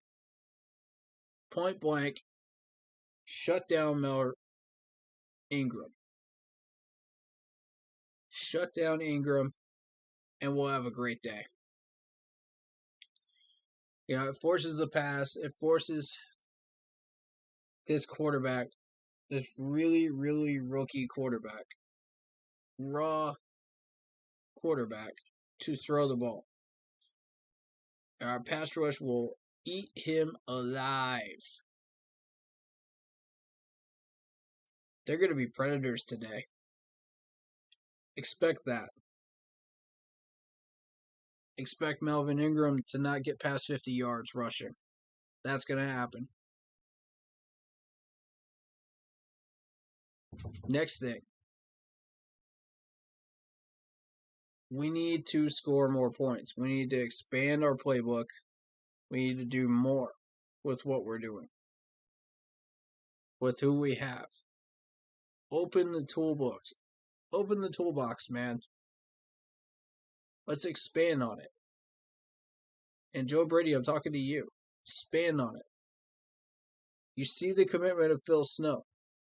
He never left the stadium after that win. That's the commitment I need to see from you, Joe. That's what I need to see. I need you to jump into boom, can we do this? Can we do that? Is this possible? Is that possible? That's what I need to see from you, Joe. Like, can you get that done for us, man? I would love to see it. This is the game where you start experimenting a little bit. What we can.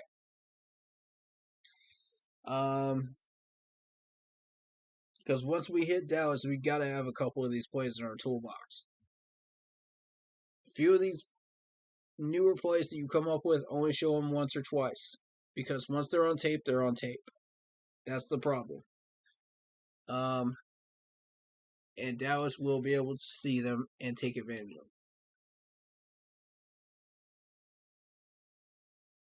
So, that in mind, that's number 4. 5th key, let's fix that kicking game. Let's try to get that fixed. And number 6, don't beat ourselves. This is where we start to find out about some of these players that we didn't know about before. Can you deliver? Can you get stuff done? Especially our guy on the offensive line, Mr. Michael Jordan. We're going to find out all about you today. I'm going to be watching you carefully. So show me that you can get this done. We're looking at a 6'6", 315-pound lineman from Ohio State. He's a guard. He's number 73, so watch for that number 73. So if anything goes wrong in that area and you see 73, you'll know exactly who it is. Hopefully nothing goes wrong. And this dude puts on a performance today and makes a statement. So what I need to see from you, Michael Jordan, make a statement. Get it done. We claimed this guy off waivers from Cincinnati in 2021 after playing 2 seasons with the Bengals, starting 19 games in 19 and 20. So there you go. There is your guard, Michael Jordan. So let's see what he's got.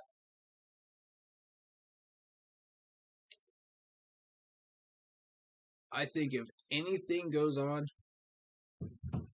problems-wise, it's not going to be Paradis. People have expressed concerns about Paradis. It's not going to be him.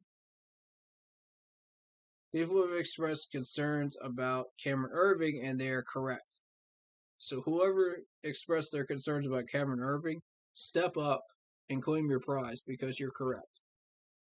And I will give you full credit for pointing it out on Facebook, everywhere,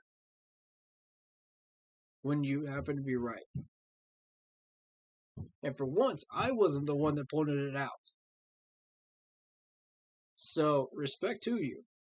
I forget who it was. But please, make yourself known in the chat and in the comments section. Please, make yourself known.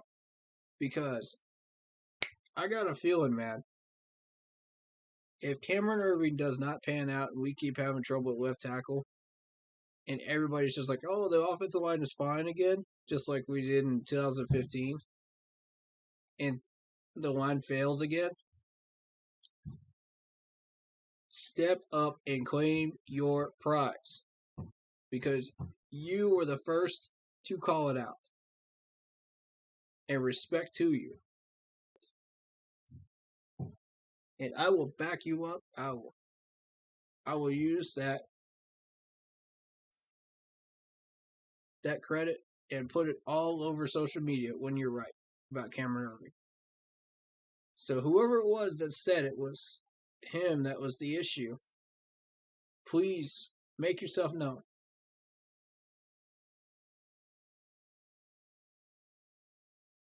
Because that credit's about to be put right where it's due.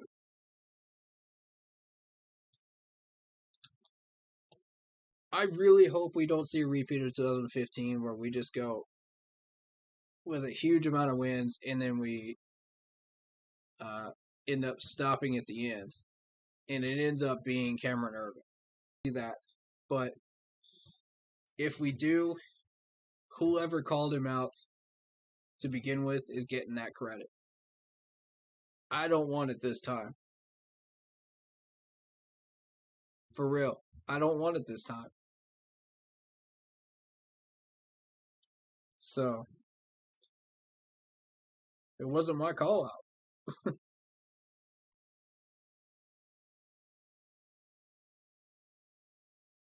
All right. So, Houston Texans tonight, 8:20. Let's saddle up. Let's get our 3-0.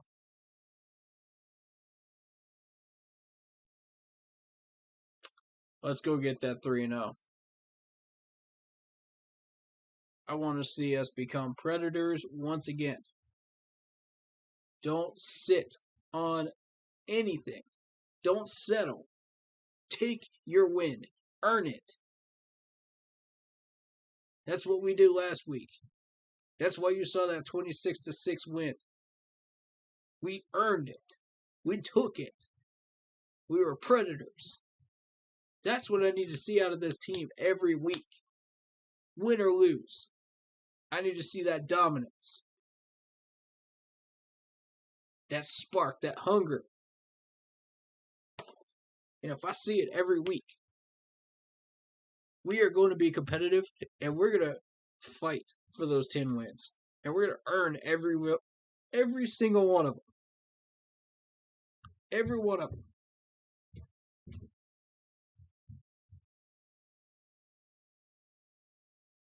So let's go take that win, boys.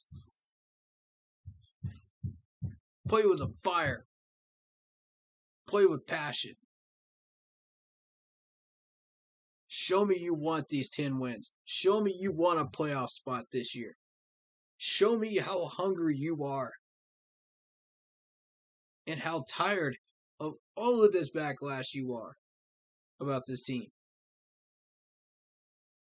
Now's the time to show it. On the field.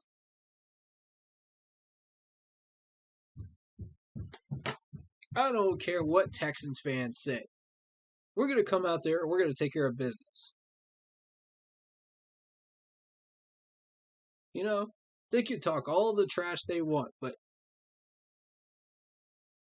watch Melvin Ingram's numbers. That's all I'm going to say. That should speak volumes on how tonight's going to go.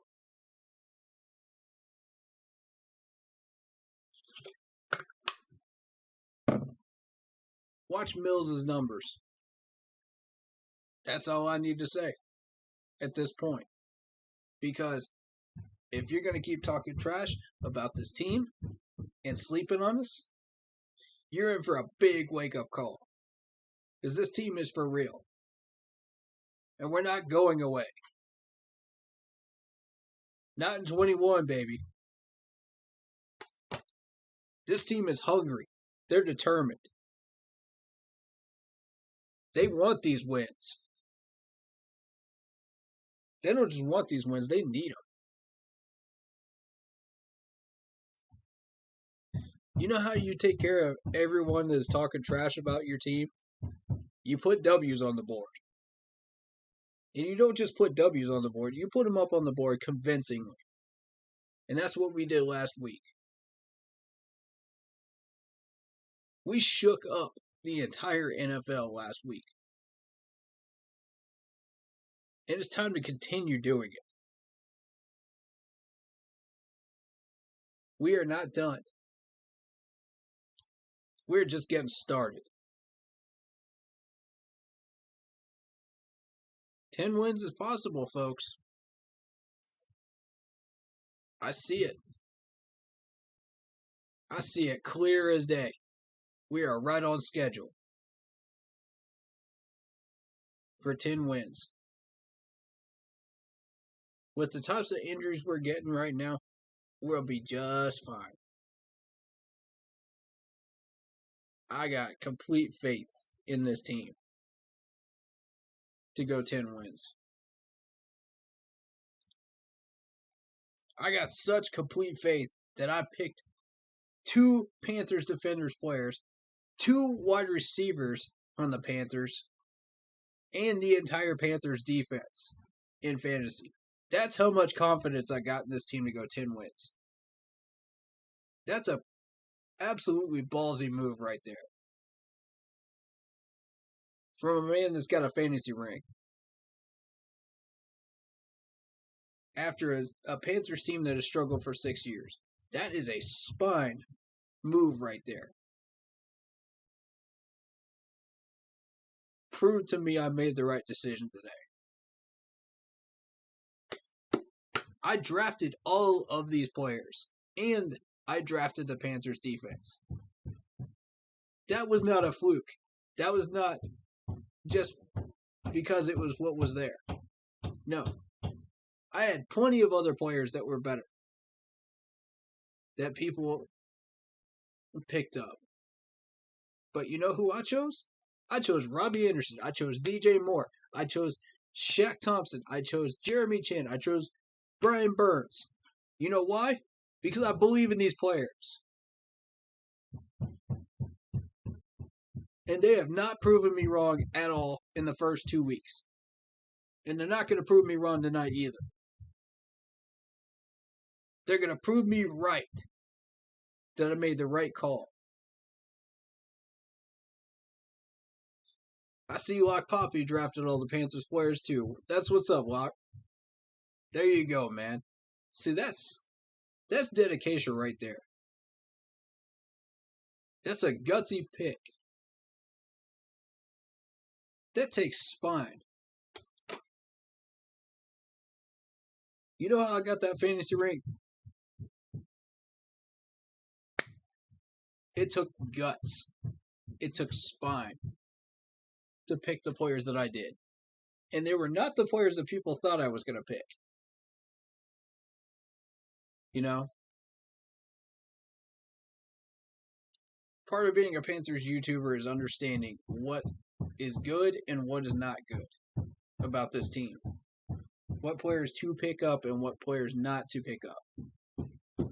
And when I pick up Shaq, when I pick up Jeremy Chin, when I pick up Swider Burns, I know all 3 of those are solid. I know all 3 are. I don't have to question that. None of those 3 gave me any reason to question that. CMC got drafted though, so I took Chuba Hubbard. Wow. That's a reach, Lock Poppy. I love you, bud, but that's a reach. I would have gone somewhere else with the running back position, other than Chuba, because at the time when we were drafting running backs, to start the season, Chuba was having fumbling issues and he was having catching issues. So that's a reach for me. Now it doesn't seem like a reach because he's fixed both problems. But at the time it was. You see what I mean? But yeah, I would have loved to have CMC. Are you kidding me? My gosh.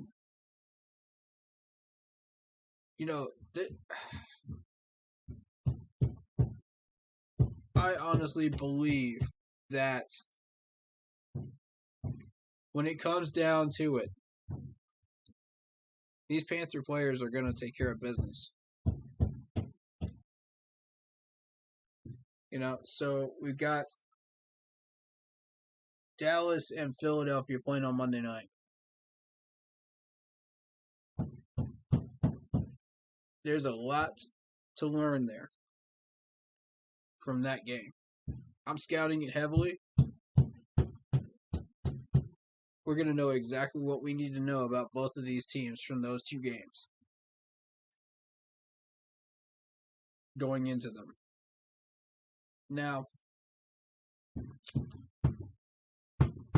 the Eagles I have as my trap game right now. I'm going to tell you why. Look at this Eagles defense. Hold up. I'm going to show you why I'm not sleeping on this Eagles D.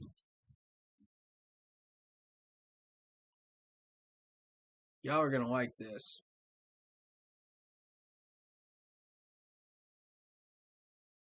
Where everybody sees these scores, I see a lot of very, very interesting things. Now look at this. Against the Falcons, 32-6. Everybody can agree that's a fluke. Anybody can beat the Falcons by that much. That doesn't impress anybody. Now this is where we get into some very, very interesting stats. Look at this. They held a 2-0 49ers team to 17 points. Right? The Eagles are still trying to figure out that offense, though. That's what's going to get them in trouble. And that's what we can exploit. And that's what Dallas is going to exploit on Monday night. They see it too. I promise you they do. But that Eagles D gave up only 17. That shows you that Eagles D is for real. So when you look at it, yeah, the Niners got 23 first downs. Yeah, the Niners got 306 total yards. But look at the scoreboard. That should tell you all you need to know about that Eagles defense. Don't sleep on them, or it will cost us. 17 points. I think that's the same thing that's going to happen to us. We're going to get about 17, and then we're not going to get anything more. Because we struggled to get 26 against the Saints team that wasn't running at full speed. Think about that. Plus, they're going to have the Dallas game on tape for them to study. Now, this is why I want people to pay attention to the Cowboys.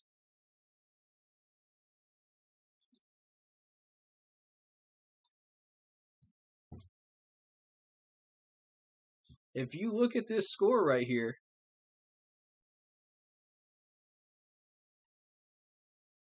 you got Tom Brady shredding that Cowboys D for 31 points. That's not unusual. That's Tom Brady being Tom Brady. But look how many points Dak put up. That's where the concern starts to creep in. That's more than we got against the Saints.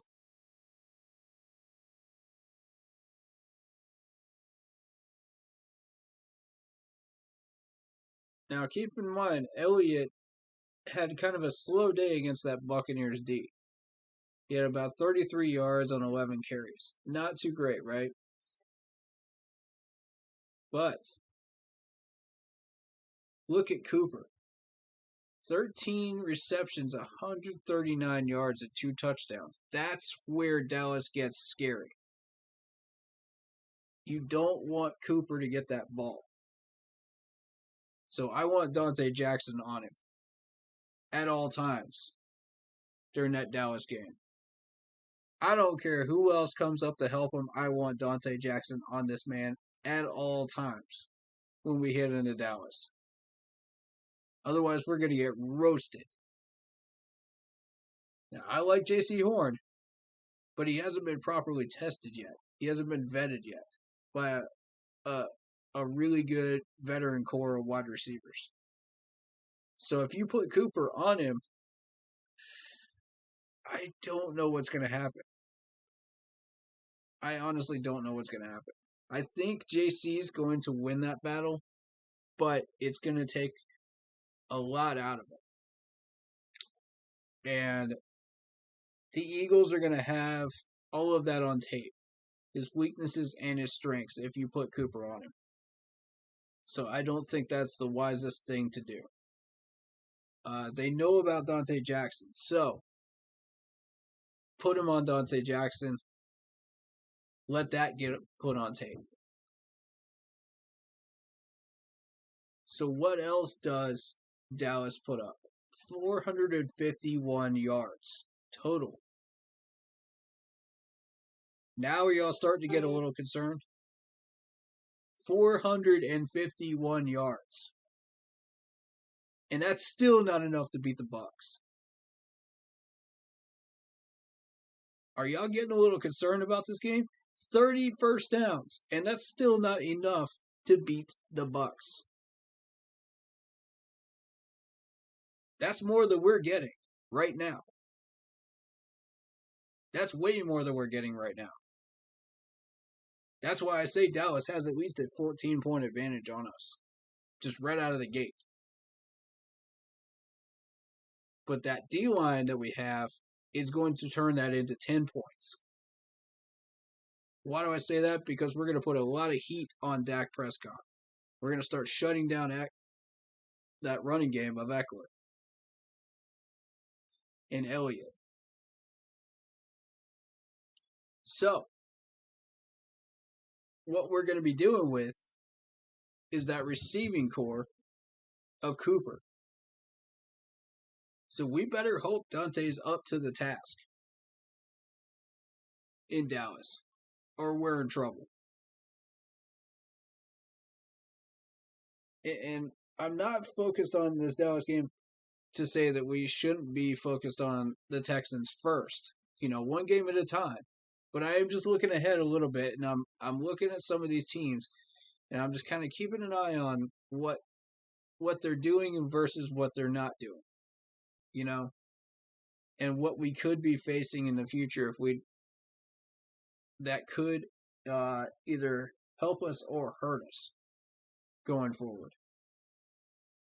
So look at this. Dak Prescott, 403 yards, 3 touchdowns, 42 for 58. He outpassed Tom Brady. Ladies and gentlemen, he outpassed Tom Brady. Think about that. Are you serious right now? And it's still not enough. But what this game also suggests to me is that the Buccaneers defense is vulnerable, mainly in their secondary.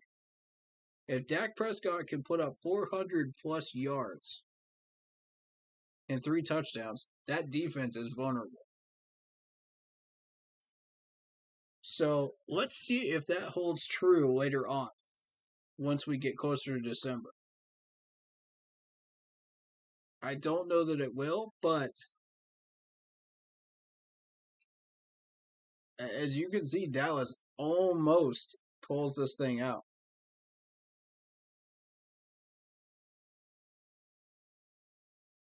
But here's the number I want to point out to people. Look how many points against we've given up. 21. Fewest in the NFC South. That's encouraging. So if we take that into Dallas, and we take that into Tampa Bay, and we keep playing the way we are, I got a good feeling. We're going to shut down a good chunk of what Dak Prescott is doing. Tom Brady's still going to shred us. That's going to happen. But Dak Prescott, we can do something about. Interesting, right? But we got to shut down Cooper. If we don't shut down Cooper in Dallas, it's a wrap. I'm sorry to say, it's a wrap. because we're not going to be able to get enough points on the board if Cooper gets going. Now, this run game is not going to go past 50 yards. That I can guarantee you this D-line is good. This D-line of ours is rock solid. It's top 10 in the league. They're not getting past 50 yards. It's going to stay that way. We're going to be in the top 5 in rush D for a good while. You know, you look at our schedule. We've got the Texans. Nobody's scared of the Texans rushing game. Dallas, we can shut that down. Eagles, we can shut that down. Vikings, we can shut that down. Giants don't have a rushing game. Falcons are trash. New England is average rushing game at best. Arizona, I don't really know what's going on with their rushing game, but I'll have to check on that. I don't know if that's legit or not. Washington, take it or leave it there. So we don't really face a real rushing threat until the Dolphins, frankly. Past the Cowboys. And then there's Buffalo, of course, once you get into December. So that's what we're doing with. You know.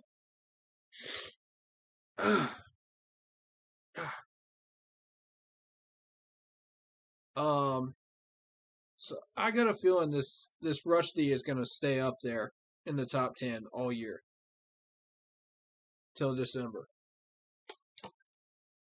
I got a strong feeling about that. You know, if we take care of business in Dallas, rush D wise, it's going to stay there. We're going to make a statement in Dallas, run D wise. For anyone that still thinks it's a fluke, that's where we make our statement on run D.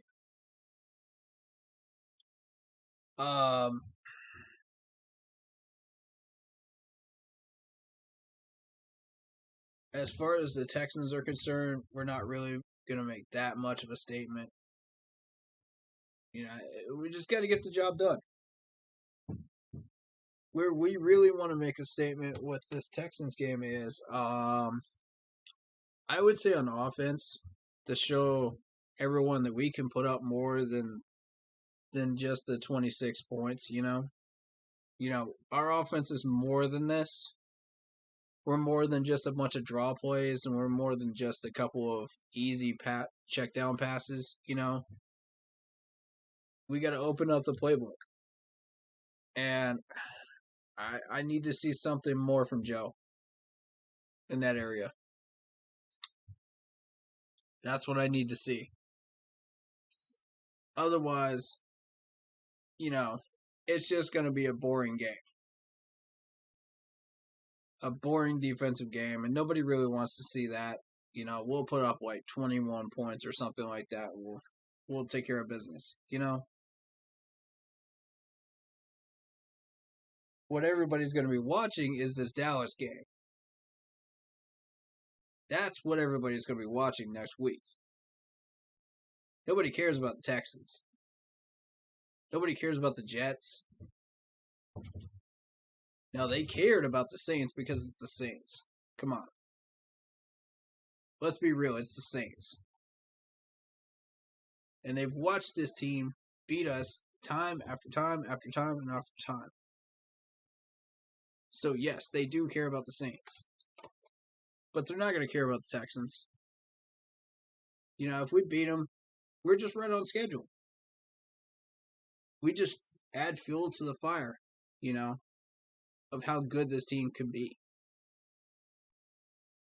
But when we go into Dallas, and if we somehow pull out a win in Dallas, that is going to make a humongous statement that we're ready to make a huge playoff run. We may not come out of December with more than one win. But we're getting our wins before December. Think about that. We've already got 2. We're getting 3 tonight. Think about if we beat Dallas. We go 4-0. We don't fall into the trap with the Eagles and Vikings. That's 5-6. Giants is 7. Falcons is 8. We somehow get that miracle win against the Patriots. That's 9. Cardinals 10. We expose the Cardinals. 11 against Washington. And then the Dolphins finally get Tua back and they start challenging us. That I think will be a tough game. We go into the bye, we get another win against the Falcons, and then we hit December. And Buffalo exposes us in every way possible before Tom Brady puts the nail in the coffin. Now, the Saints will use anything that Tom Brady finds against us. That's a given. So, our secondary could be in trouble in Week 17.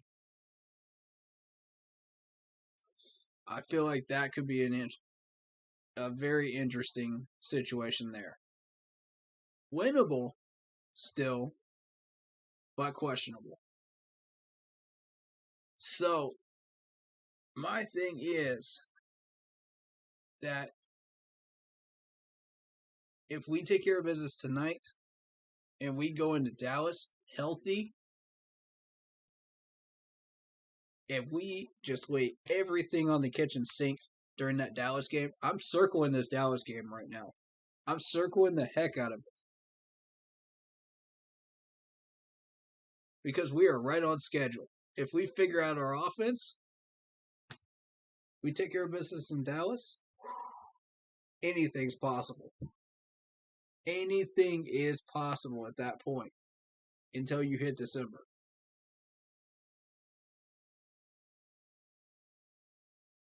That's a lot of wins on the table for us right there. Look at all these. Look at all these right here. Woo! Boy, howdy, that's a lot of win opportunities. Don't waste them.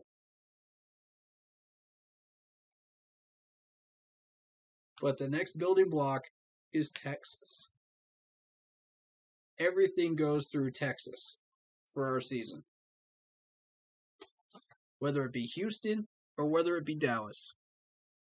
It starts in this very game. We go 3-0. Get all those starters back. That Cowboys game is going to be bloody. Oh, it's going to be bloody. And y'all know I can't stand the Cowboys, so I'm going to be talking some smack. And I'm looking forward to it. I can't talk that much smack because of who we beat. But I can talk some smack about that D-line for sure. I can talk some smack about Brian Burns, Morgan Fox, Daquan Jones. I can talk some smack about Jeremy Chin to these Cowboy fans. I could use a couple of these names, man. I'm telling you. It's going to be fun.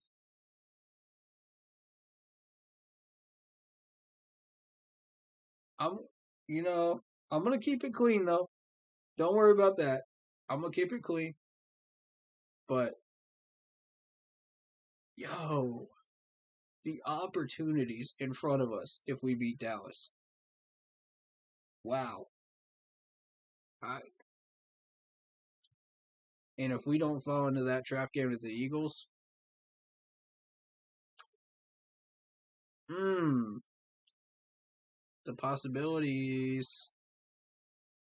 But the game I want y'all to keep an eye on this Sunday outside of our schedule is the Chargers and Chiefs, because that's going to be a huge uh, sign of who is ready to take charge of that division out in the AFC West. Keep an eye on that one. How does that affect us? Chargers are a wild card team. Chiefs are AFC champions. You do the math. If we manage to get that far, Chiefs could be in there again. Very much possible. Raiders are wild card contenders as well. Tua's out. I got Raiders fighting for wild card as well. So, but the team I want you guys to focus on as well, inside of the NFC, is this game. Now, you're thinking, okay, well, Seattle's really good, you know. Not so fast. You look at this 0-2 record and you think, okay, well, the Vikings are terrible, right? This is why you don't go by the overall record. I'm going to show you why.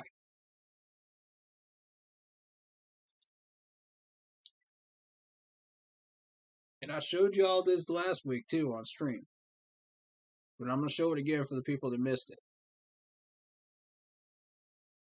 I don't know how the Bengals managed to take the Vikings to overtime, but somehow they did.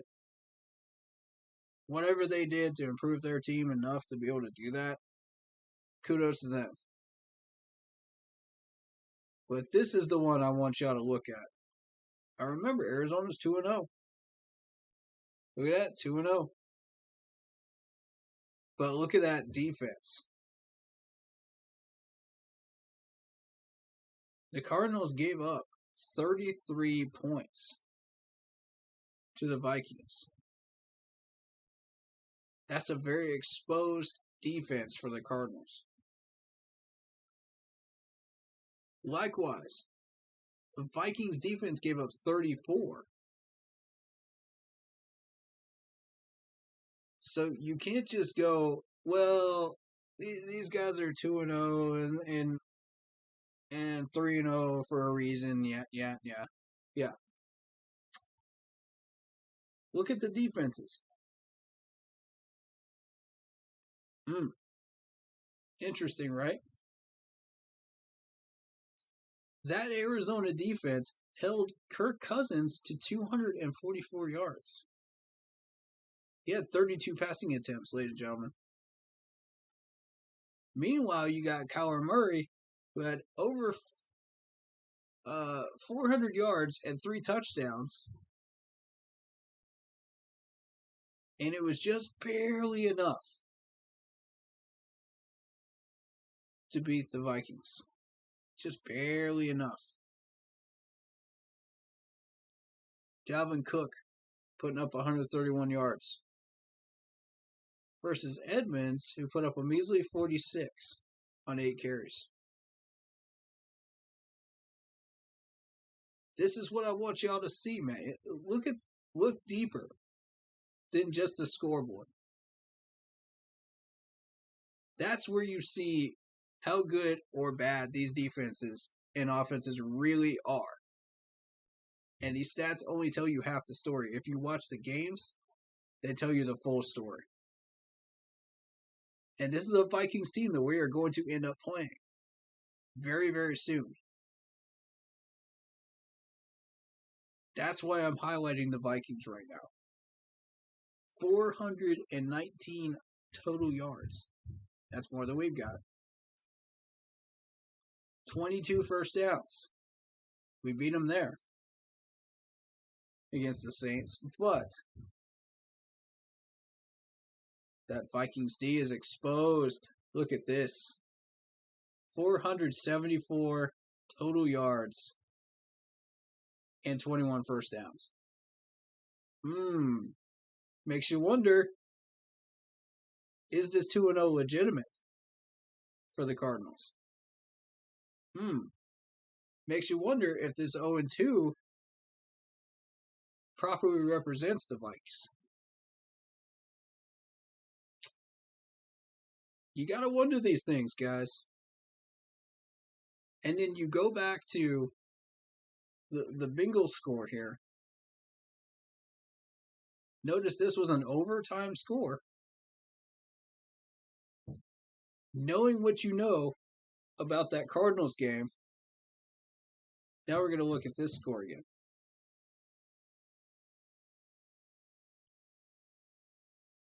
And look at this. Fox D looked a little stronger in week 1. But that doesn't mean they can't be exposed. So if we take care of business and we show that we can take care of our offense the way we need to be taking care of it, putting points on the board, getting first downs, getting all these stats that we need to be getting, and opening up the toolbox of our offense, and properly using each tool to its fullest advantage, Vikes shouldn't be a problem. We can match up with them. Brick for brick. That's the end game of exploring that. And I thank y'all for sticking around, through all these explanations, because a lot of people just hear the first few lines and they go, well, I'll make prejudgments. I'll be a couch GM or a couch coach here. But just look deeper, man. Look deeper. I'm telling you. People don't fully listen to my full explanations on things, and that's where they get lost. But the people that do see the full picture of what I'm talking about here. This is nasty right here. We're starting to get to the point where we can actually go head to head with teams like the Vikings, the Eagles, the Cowboys. It's finally here, ladies and gentlemen. We're not waiting anymore. We're not rebuilding anymore. It's finally here. We're here. So, pardon my excitement right now, but this is crazy. I know y'all have been waiting as long as I have for this. We have a 62.4% win percentage predictor.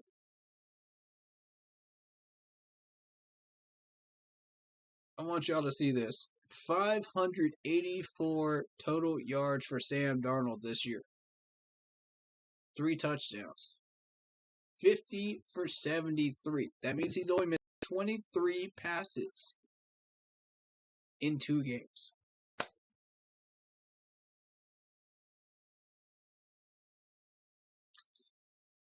Look at DJ Moore. 14 receptions, 159 yards, 1 touchdown.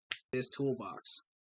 And we start putting very good plays in here, rather than just draw plays, rather than just screen plays, opening this up and putting Chuba Hubbard as a power back. Imagine the possibilities. Imagine CMC as a decoy out there, and we end up throwing it to DJ or Robbie down the field. And totally surprising a defense. They won't expect it. This is what we're capable of doing. If Joe Brady would just open the playbook, it's there. Come on, Joe. You're killing us, bro. We could do so much better than 26 points. And we know we can with the tools available to us. That's why I got so frustrated when I kept seeing draw play last week. And I was just like, come on, Joe. Get explosive here. It's like we're holding ourselves back. And we're just not, y'all see it too, don't you? Y'all see it too. I'm sitting there like, why are we not taking a shot or two down the field during these situations? Why are we not exploring the possibilities? We were playing the Jets, for goodness sakes. Granted, the first quarter we were trying to find our footing, but after that, explore. Once you know this offensive line can play well, explore. Once you know that run game is solid, explore.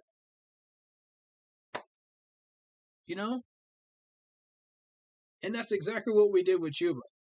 We explored. We tried to get his problems fixed. Then once you get his problems fixed, put him at power down, and then watch what happens. So I'm sitting here like, why are we not going further than we are with this?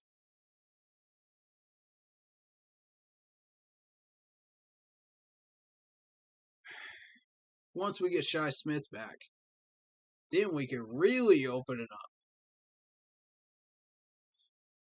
Y'all want to talk about an explosive offense? Just wait till Shi comes back. Ooh, yes. And we put all the pieces together and we explore these guys properly and use them to their fullest potential. Like the Jets never could. With all the pieces that we got. Yes. It's there. It is there. And that, ladies and gentlemen, gives us an edge over teams like the Vikings, the Cardinals, teams that are putting up 30 points, stuff like that. We can match up with them. And we can go head to head, game after game after game. And all we got to do is fix the kicking problem and we're done. Simple. Am I streaming until game time? I can. If you guys want to talk about somebody, go for it, man. Throw a name in chat. We'll talk about them. I'm 100% down. I will be taking a break in about 12 minutes here, but it'll be a 5 to 10 minute break. But after that, I will be streaming up until probably 8. I want to say 8:10, probably. 8:05 or 8:10. Because I got to have enough time to set up. And get the halftime stream ready, of course. But yeah, I can. If you would like, Lock Poppy. So, real quick, what if the Rams smack the Bucks? If the Rams smack the Bucks, wow. If that happens, we have a real opportunity in December. If they don't recover, that opens a massive door for us to take the division finally and take it back. So, I don't know if that's going to happen or not. David Screws, we'll see. But if it does, I would be very, very surprised. And I would be very happy. But don't expect it to happen. The Rams are good. Don't get me wrong. But it's Tom Brady. End of the day, it's Tom Brady and it's Gronk. And the Bucs D is still just as strong as it was last year. So don't expect that to happen. Just because the Ravens got a random win last week, that they weren't supposed to get. Don't expect that to happen to the Bucs. You know, I would love for it to happen. Don't get me wrong. I would love it. We would all love it. But don't expect it. We might go undefeated. Nah, I don't see it. I still see 10 wins right now. Let's see what happens. That Dallas game will tell us what we're going to be able to do and not do this year. So that's why my second look video will be after that. So I've already put out the first look video. You know, it was while I was driving. You know, I kind of just recorded it while I was driving, but so if you haven't checked that out, check that out, please. That's for the first 3 weeks, not including the Jets game, of course. You know, I decided to change it up. I was gonna do first 3 weeks, then up until mid-season. You know, from week 3 would be second look, mid-season would be fourth look. You know, at what we can do and what we can't. You know, as a team this year. So it's a series, you know, of videos that we're doing each year. So, but we'll know more after that Dallas game. That's why I've decided to put the second look video after the Dallas game. And we'll see what we can do and what we can't. After we've analyzed everything, we picked everything apart, we'll know what we're looking at after that. You're very good at analyzing. Thank you. Appreciate it, David Screws. Your stream. Yeah, I already answered that one. Give us your opinion on how we're gonna stop Brandon Cooks. Okay. Brandon Cooks. This man has 210 yards, 1 touchdown so far this season. I want to know how much of this yardage was acquired, which games. Okay. That's going to tell us a lot. Alright, so he had 7 catches for 132 against the Jaguars. Not surprising. That's a terrible Jaguars defense. You know, not too exciting there. Against the Browns. Now, the Browns defense will test you. Gave up 21 points versus this Houston team. You know, with Tyrod Taylor. So you're looking at 14 targets, 78 yards, 1 touchdown. His longest was 22. I think we put Dante Jackson on him and call it a day. Dante will shut him down for at least 2/3 of those catches. I don't see, you know, I don't see J.C. Horn getting tested today. They may throw it to him, throw like 5 balls his direction, but I don't see anything past that. Especially not after that pick last week. So I see five passes thrown in that direction, probably 6, and we'll see what happens there. I see a pass deflection. I see a possible interception. You know, just like last week. That's what I'm seeing.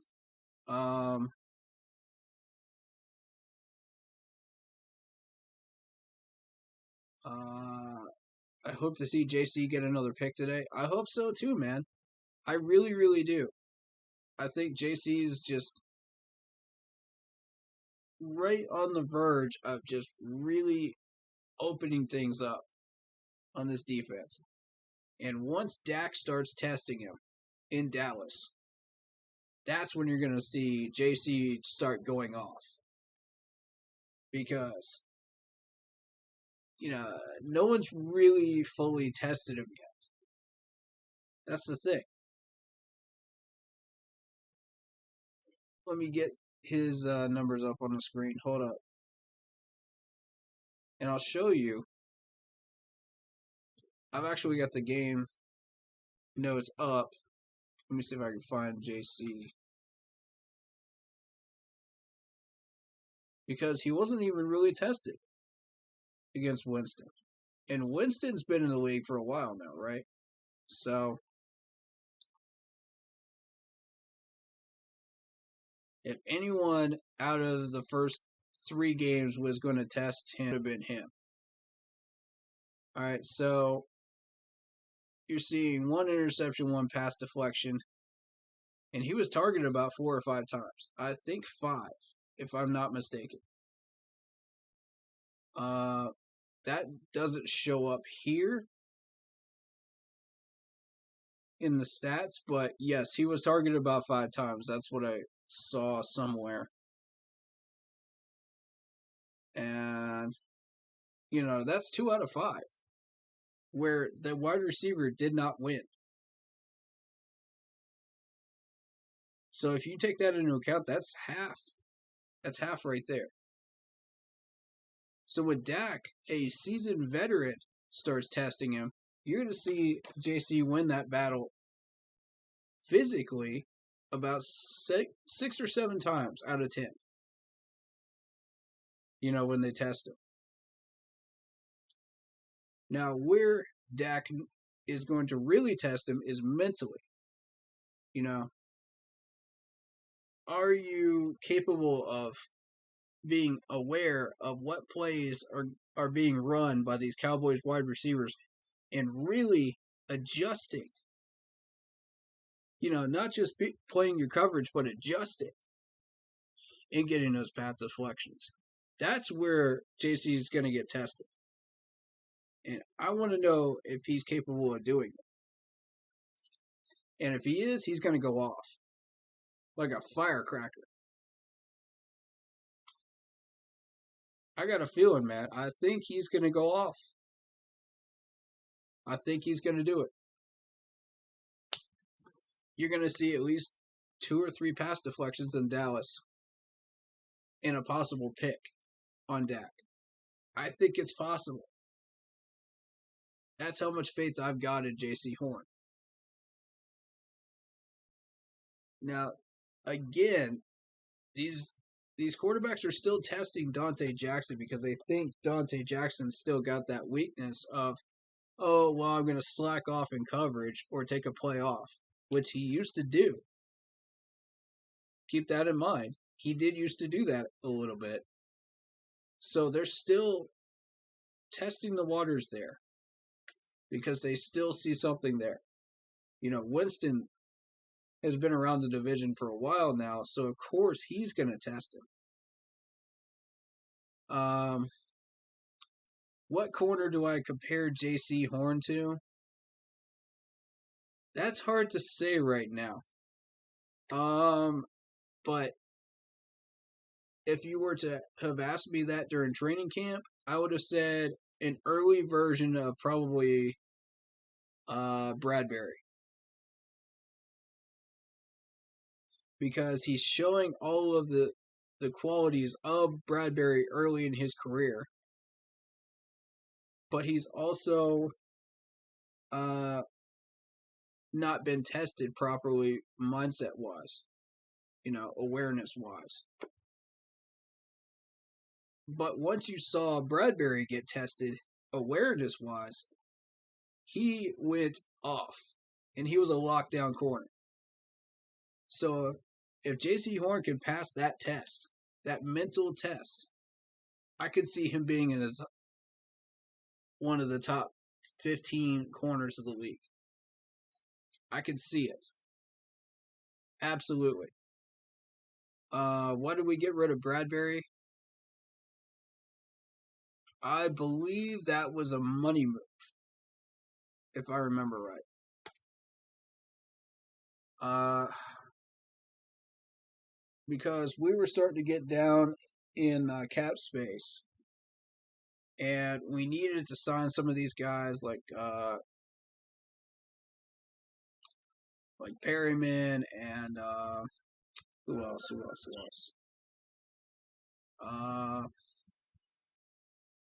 Let me get the step chart up real quick. Because I remember at the time we were trying to figure out how we were going to extend DJ Moore. We were trying to figure out how we were going to extend a couple of other players. And, realistically, we had to find a way to pay all these defensive players,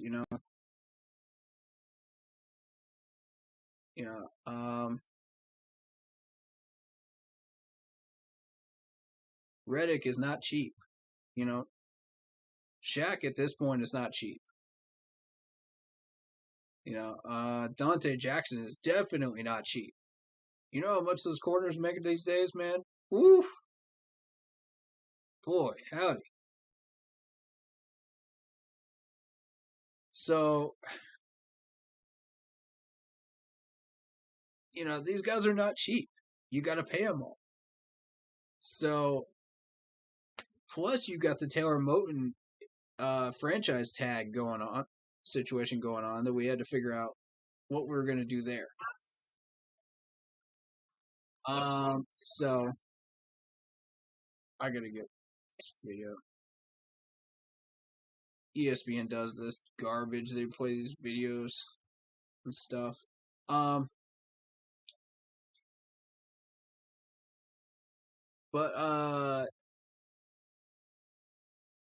Yeah, that franchise tag was not cheap. We had to figure out what we were gonna do with that. And all of this eats up cap space. As much as I would love for Bradbury to stay, I get it, but I also hated that move too. And that's one of the things that makes the GM job so difficult is, you have to figure out who you're going to keep, who you can't keep because of salary and contracts. And sometimes it just sucks. It really does. And that's the times when I would not want to be a general manager. Honestly. And that has nothing to do with Matt Rule. That's just general manager job. Because contracts and salaries are not easy to do. These guys are very, very temperamental with their agents, and it gets very complicated sometimes. So,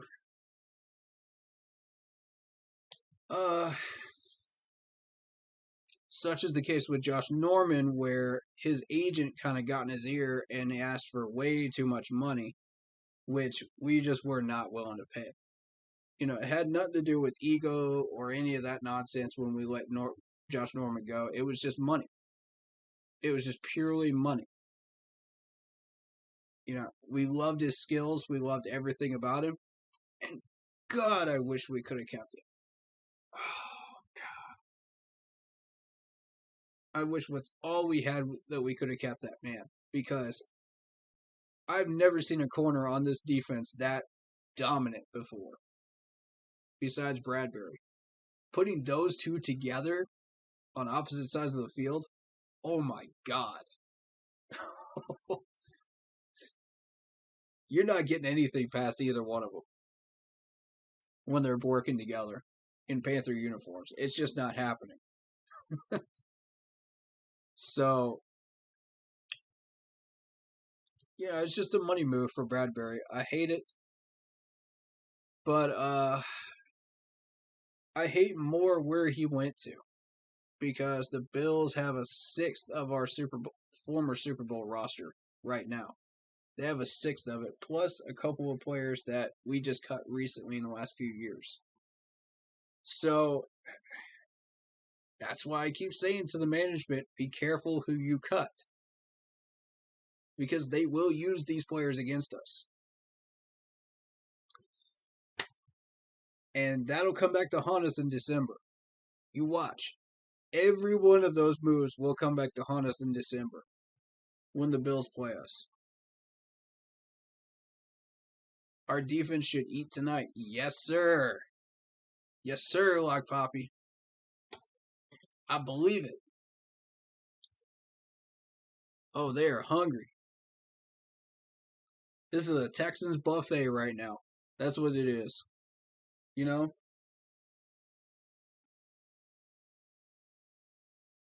Man, they don't want this D.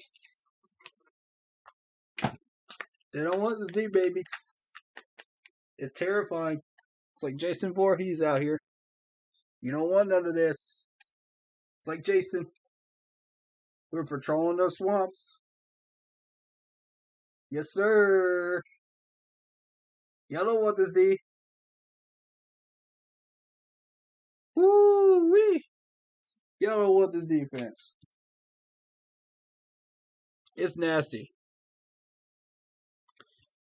7 sacks tonight, David Screws. Prediction. Okay, let's see if that holds up, man.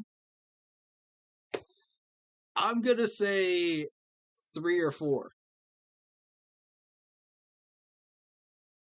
You know what? I'm going to hold fast and I'm going to say 4. I believe in that defense that much that I say 4. Let's see what happens. I think 7's a bit of a stretch. If we were playing the Jets, then yes, 7. But, if we were playing the Saints, I would say 3. Even with everybody not being there, it's still 3 for me. Against the Texans, who are really, really struggling, 4. I see it. Bills better be scared. You're right about that. You are right about that, man. Dude. You are absolutely right. But hey, this is a very exciting game here, I think. I think we got a real shot at making some real noise tonight. I will be streaming up until game time. So if you guys want to hang out through the break, it'll be a 10-minute break, and I will be hanging out and still talking a little bit about a few things. So related to the game. I'll show you guys the virtual Panther in case you guys missed that for last week. And I guess, okay. If I saw Derek Brown, Brian Burns, Morgan Fox, and Jones on the line, I would be pooping myself. Yes, sir. You know it. You know it, my man. All right, so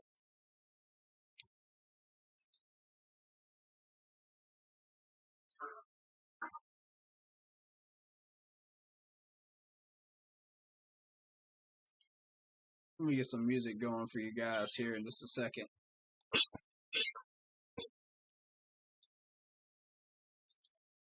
Yeah, that one will work. I don't know why YouTube's frozen again. Hold up. It always does this around this time of the night for some reason. I don't know if it's just Streamlabs or my Wi-Fi or what.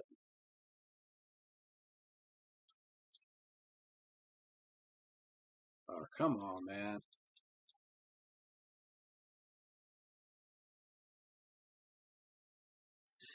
Oh, my laptop be cheesing. Come on. Okay. Let me get this music going for y'all. I don't know why Streamlabs or my Wi-Fi keeps doing that around this time of night. For some reason, it always freezes up around the 3.5 hour mark I don't know why. But, here we go, guys. Get some music going for you guys, and I'll be right back, alright?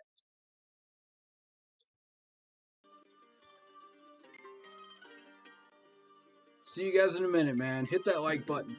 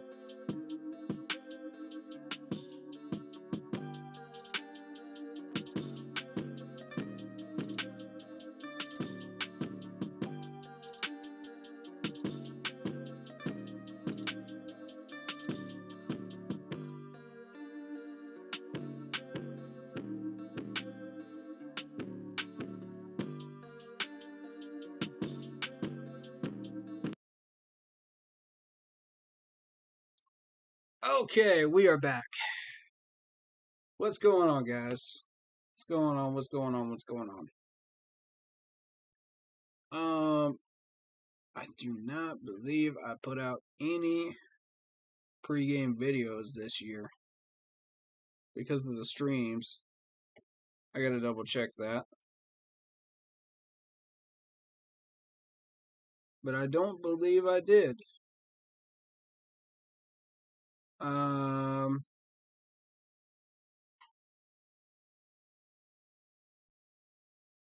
Yeah, it was just post game, I believe, right? No, I did for the Jets game. I did for the Jets.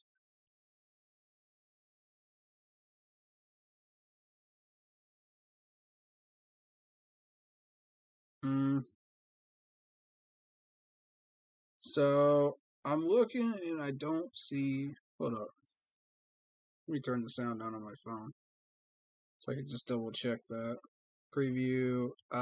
Yes, I did. Okay, so here's what we're gonna do. I am going to stream officially until 8:05, and then I'm gonna record a preview video. I'm gonna hopefully get that out during the first quarter because my internet's kind of slow, as you guys have probably noticed. But we'll do that. If you guys want it, you know. How you feeling about those preview videos? Do you want me to do just streams, or do you want me to do preview videos as well? I kind of want to know how everybody's feeling about that.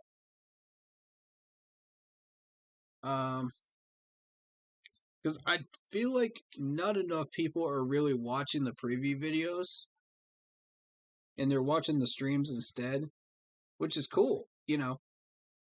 I love that. Don't get me wrong. Because there's a lot more analysis in the streams, but I just want to know like how everybody's feeling about that. Should I continue that or no? Um, I'll do it today, but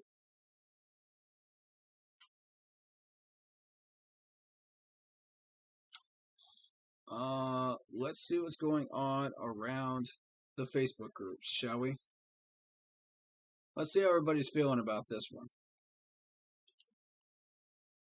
I'm kind of feeling that energy right now.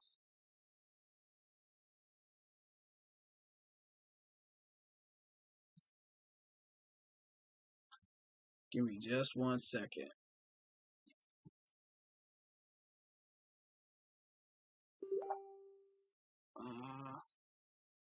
And then we'll do that.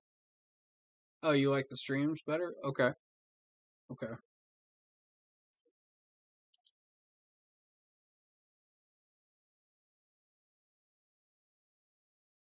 All right, so AJ is active tonight. Nice. You'll love to see that. I didn't get to see enough of him during preseason or training camp, so I want to take a closer look at AJ. This is a good time to test him, actually. Not on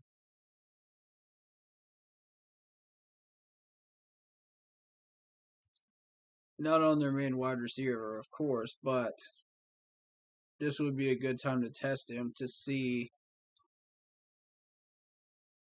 what can he do versus what can he do. I wouldn't test him against Cooks. I'd put Cooks on Dante Jackson matchup there.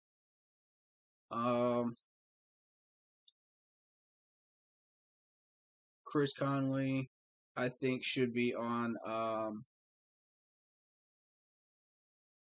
J.C. Horn.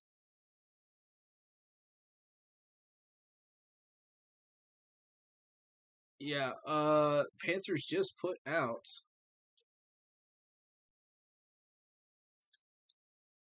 Hold on, let me put it on the screen.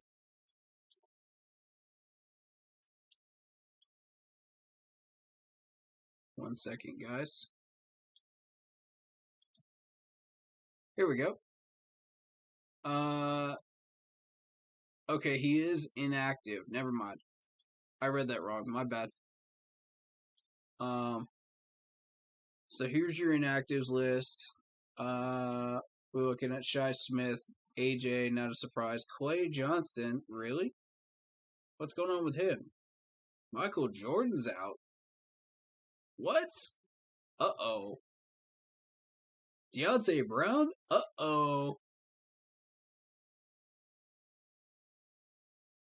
Okay. That changes a lot. All right, let's see. So we got. That means Dennis Daly's still in.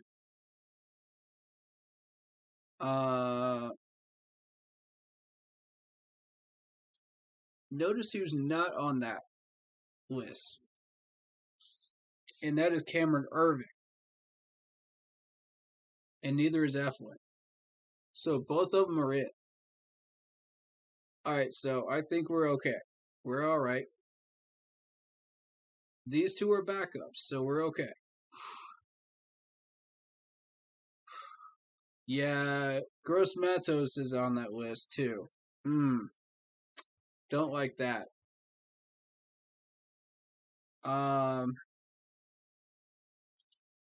We'll check in a second to see what his injury was again. But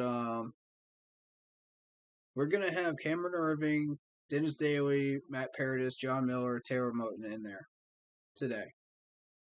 Brady Christensen is ready to go. Trent Scott's ready to go.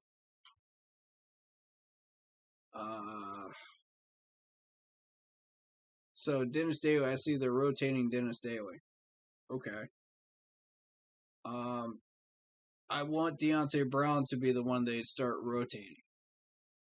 That's what I want. Because Dennis Daly, you need him at starting left guard. That's where we need him. So we don't have to rotate to a second stringer and have to put Michael Jordan in, who's kind of untested. That wouldn't be smart. I can see kind of where they're going with that and kind of testing the waters with the O-line to see who's good and who isn't, you know. I don't know.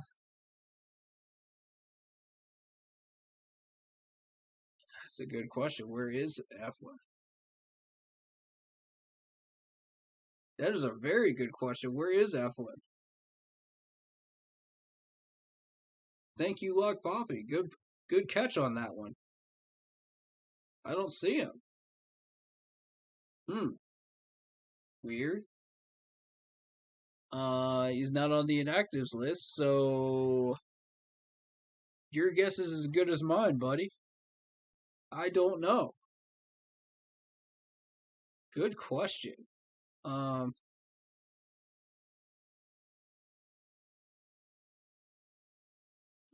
Let's see. Injuries list, injury report. Is he maybe he's on the injury report? He's not on the. Okay, there he is. Hamstring injury. Did not practice. No status right there.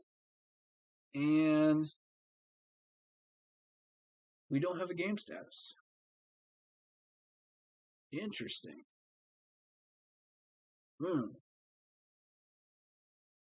Good point out, my man. Good point out. That's an important one, too. Because if Eflin is not in there,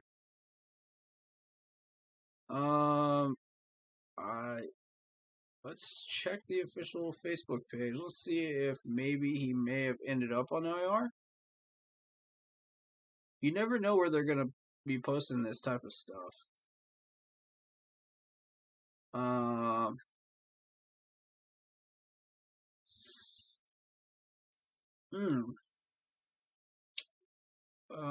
I haven't seen anything of him being on the IR, but you never know.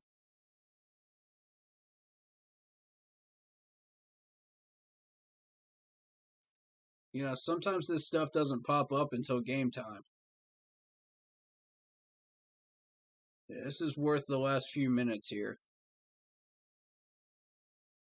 to explore this, for sure.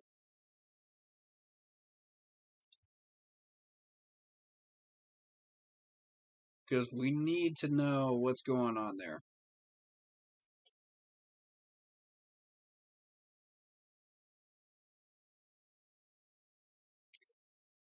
And can someone please get the spam out of the official pages, man? Come on. That's disgusting. Okay. AJ is back.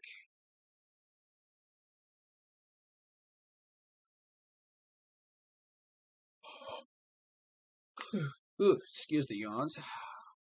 I didn't get much sleep because of the roofers this morning.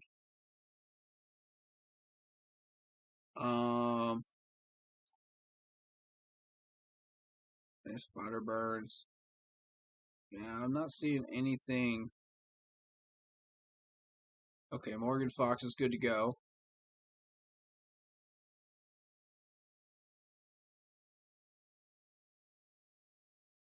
That's interesting because it usually pops up if somebody goes on IR on the official Facebook page. It'll usually end up there. Huh. That's the first place I usually look. And if I don't see it there, I check Twitter, and then if it's not on Twitter, then it's usually not official. Because the same stuff they post on the official Facebook ends up on Instagram.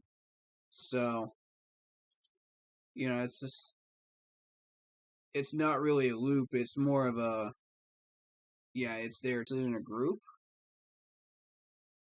Let's check the groups.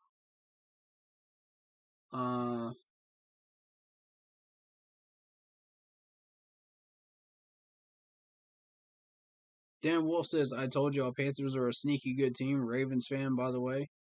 Was here during the preseason game against just a stream. Nice, man. Welcome back. Yeah, dude. Like, I kept telling people, don't sleep on this defense. You're going to regret it. And look where we are in the power rankings, ladies and gentlemen. Man, does it feel good to be in 10th. Woo-hoo! Oh, it feels good.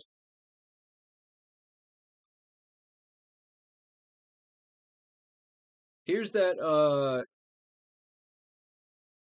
TikTok video in case anyone hasn't seen it. I'll show that one later. You guys will love that in the post-game stream. I will definitely play that for you guys in the post-game. Excuse the language in it, but it was hilarious. I sent it pretty much around to the people that are on my contacts list, but also this picture. This is the only picture y'all have.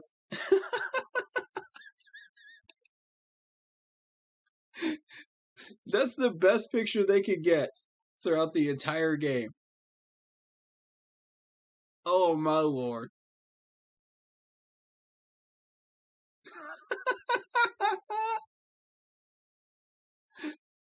Bruh, I'm dead. I'm straight up dead. That's hilarious. That's the best picture y'all could get. Out of all these media pictures that they send you, you choose this one.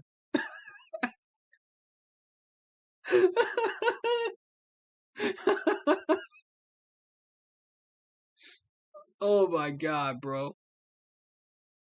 That's too great. That's too great.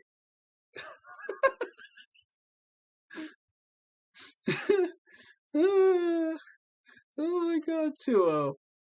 2-0 though, look at that. Look at that beautiful picture right there. Oh, you love to see it. You love to see it. Burns wants that booty. Yeah, boy, he does.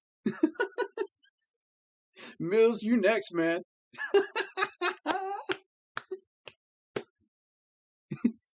uh,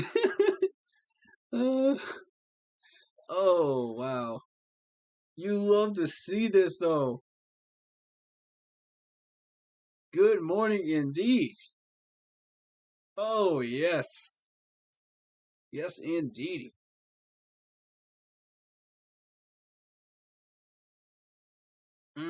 Currently lead the league in yards allowed per game, points allowed per game, yards, passing yards allowed per game, rushing yards allowed per game, sacks, quarterback hits, defensive third down percentage. Flex those muscles defense. That's what you like to see. That's what I kept seeing, man. Keep sleeping on our defense. That's right. Preach it.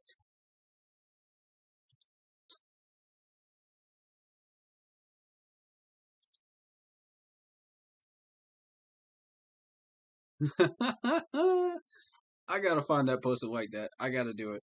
I gotta do it. Where's it at? Mmm.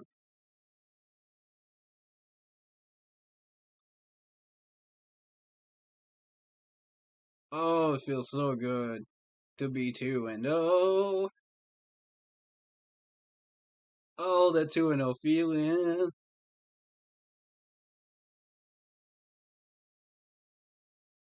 Oh, I gotta show y'all this right here. Hold up, hold up, hold up, hold up. Let me put this up on big screen. Runs brought him down the other way. They're getting in on the sack attack as they did in week 1. Look at Woods this. is coming. Winston Oh. avoids it one way. Oh. Throws, and this is going to be intercepted. It's a takeaway. Justin Let's go, Burris baby. has it for Carolina. Let's go, baby.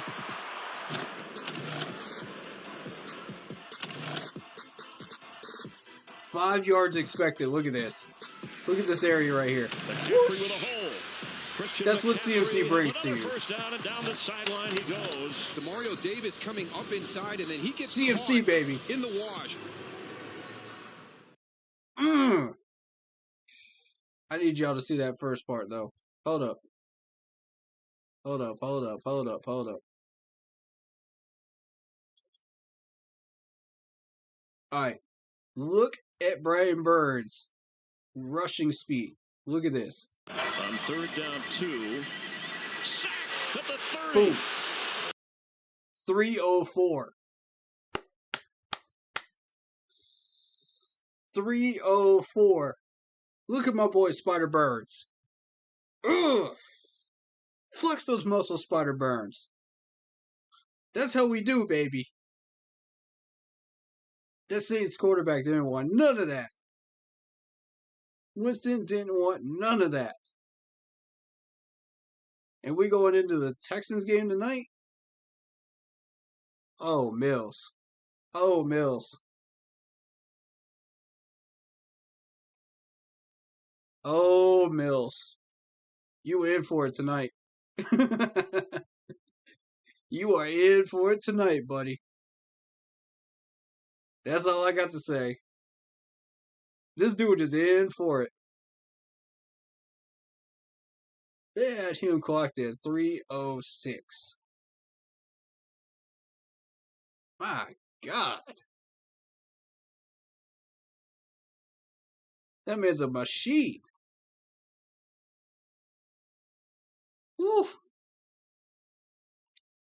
All right, y'all mark my words, man. Mark Ingram is not getting more than 50. Mark Ingram is not getting more than 50 yards tonight. It's not happening. No way, no how. Screenshot it. Take it to the bank. Write it down. Quote me on it. This man is not getting past 50 yards. We're gonna come back in post game. And if this man gets past 50 yards, y'all send me that screenshot. And I'll be the first one to tell you that I was wrong.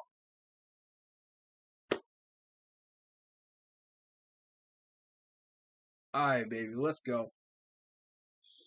3-2. It's coming. It's coming, folks. Are y'all ready? Are y'all ready? Let's get that hype train going. Let's go. Flex those muscles, baby. 3-0. Dude, I'm so ready for this. Woo.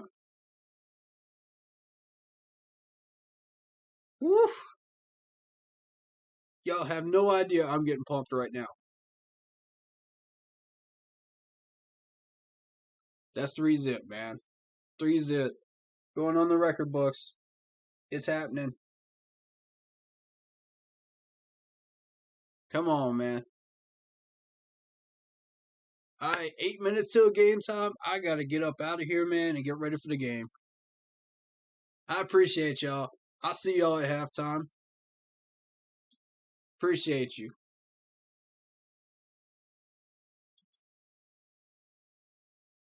As always, we hope that everybody stays safe, has a healthy game, and does everything right.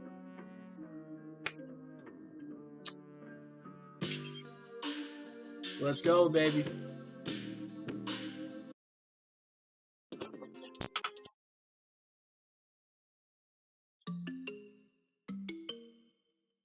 Alright, guys. You know what it is. Keep pounding, baby. Let's go get that dub. Be Predators.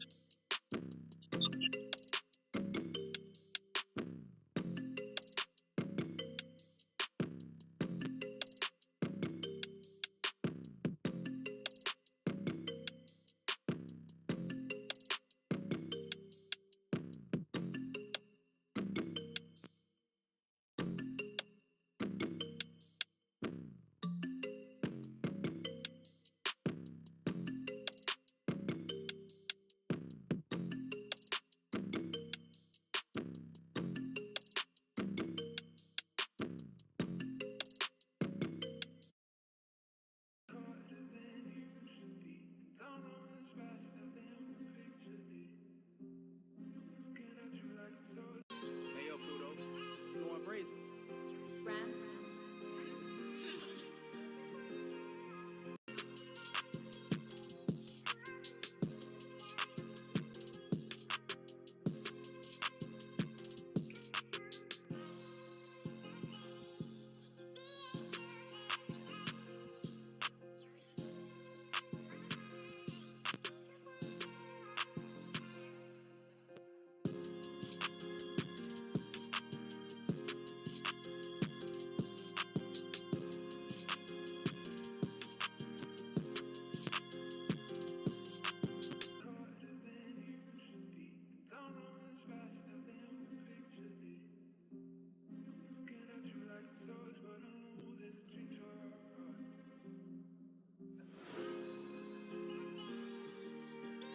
Hey, yo, Pluto.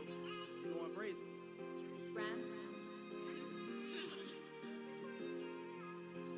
This sound like Quill.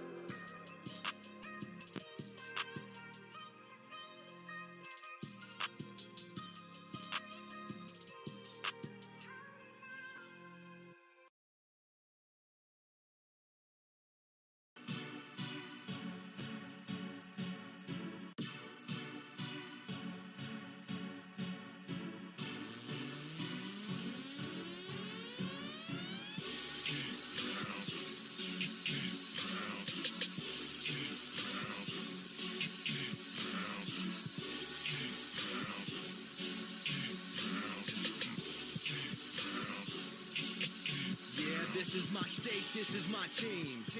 You know what that means. This is for the black and blue that I bleed. This is for the chance to bring home that ring. But everybody gonna doubt this. So far there ain't been another way around it. We bring heat to the game each week. They just say we ain't got what it takes, we ain't bout it. Well, y'all can just keep saying that we ain't gonna make it, but at the end of the day, this will be the Panthers nation. You know, this ain't a game to us major players at every angle that you can think of. That's why you hate us. Get out the way of greatness. You can look at our faces and see the blood, sweat, and tears that it took to create this. Yeah, I know what you're thinking, but you can save it. Cause even on the darkest of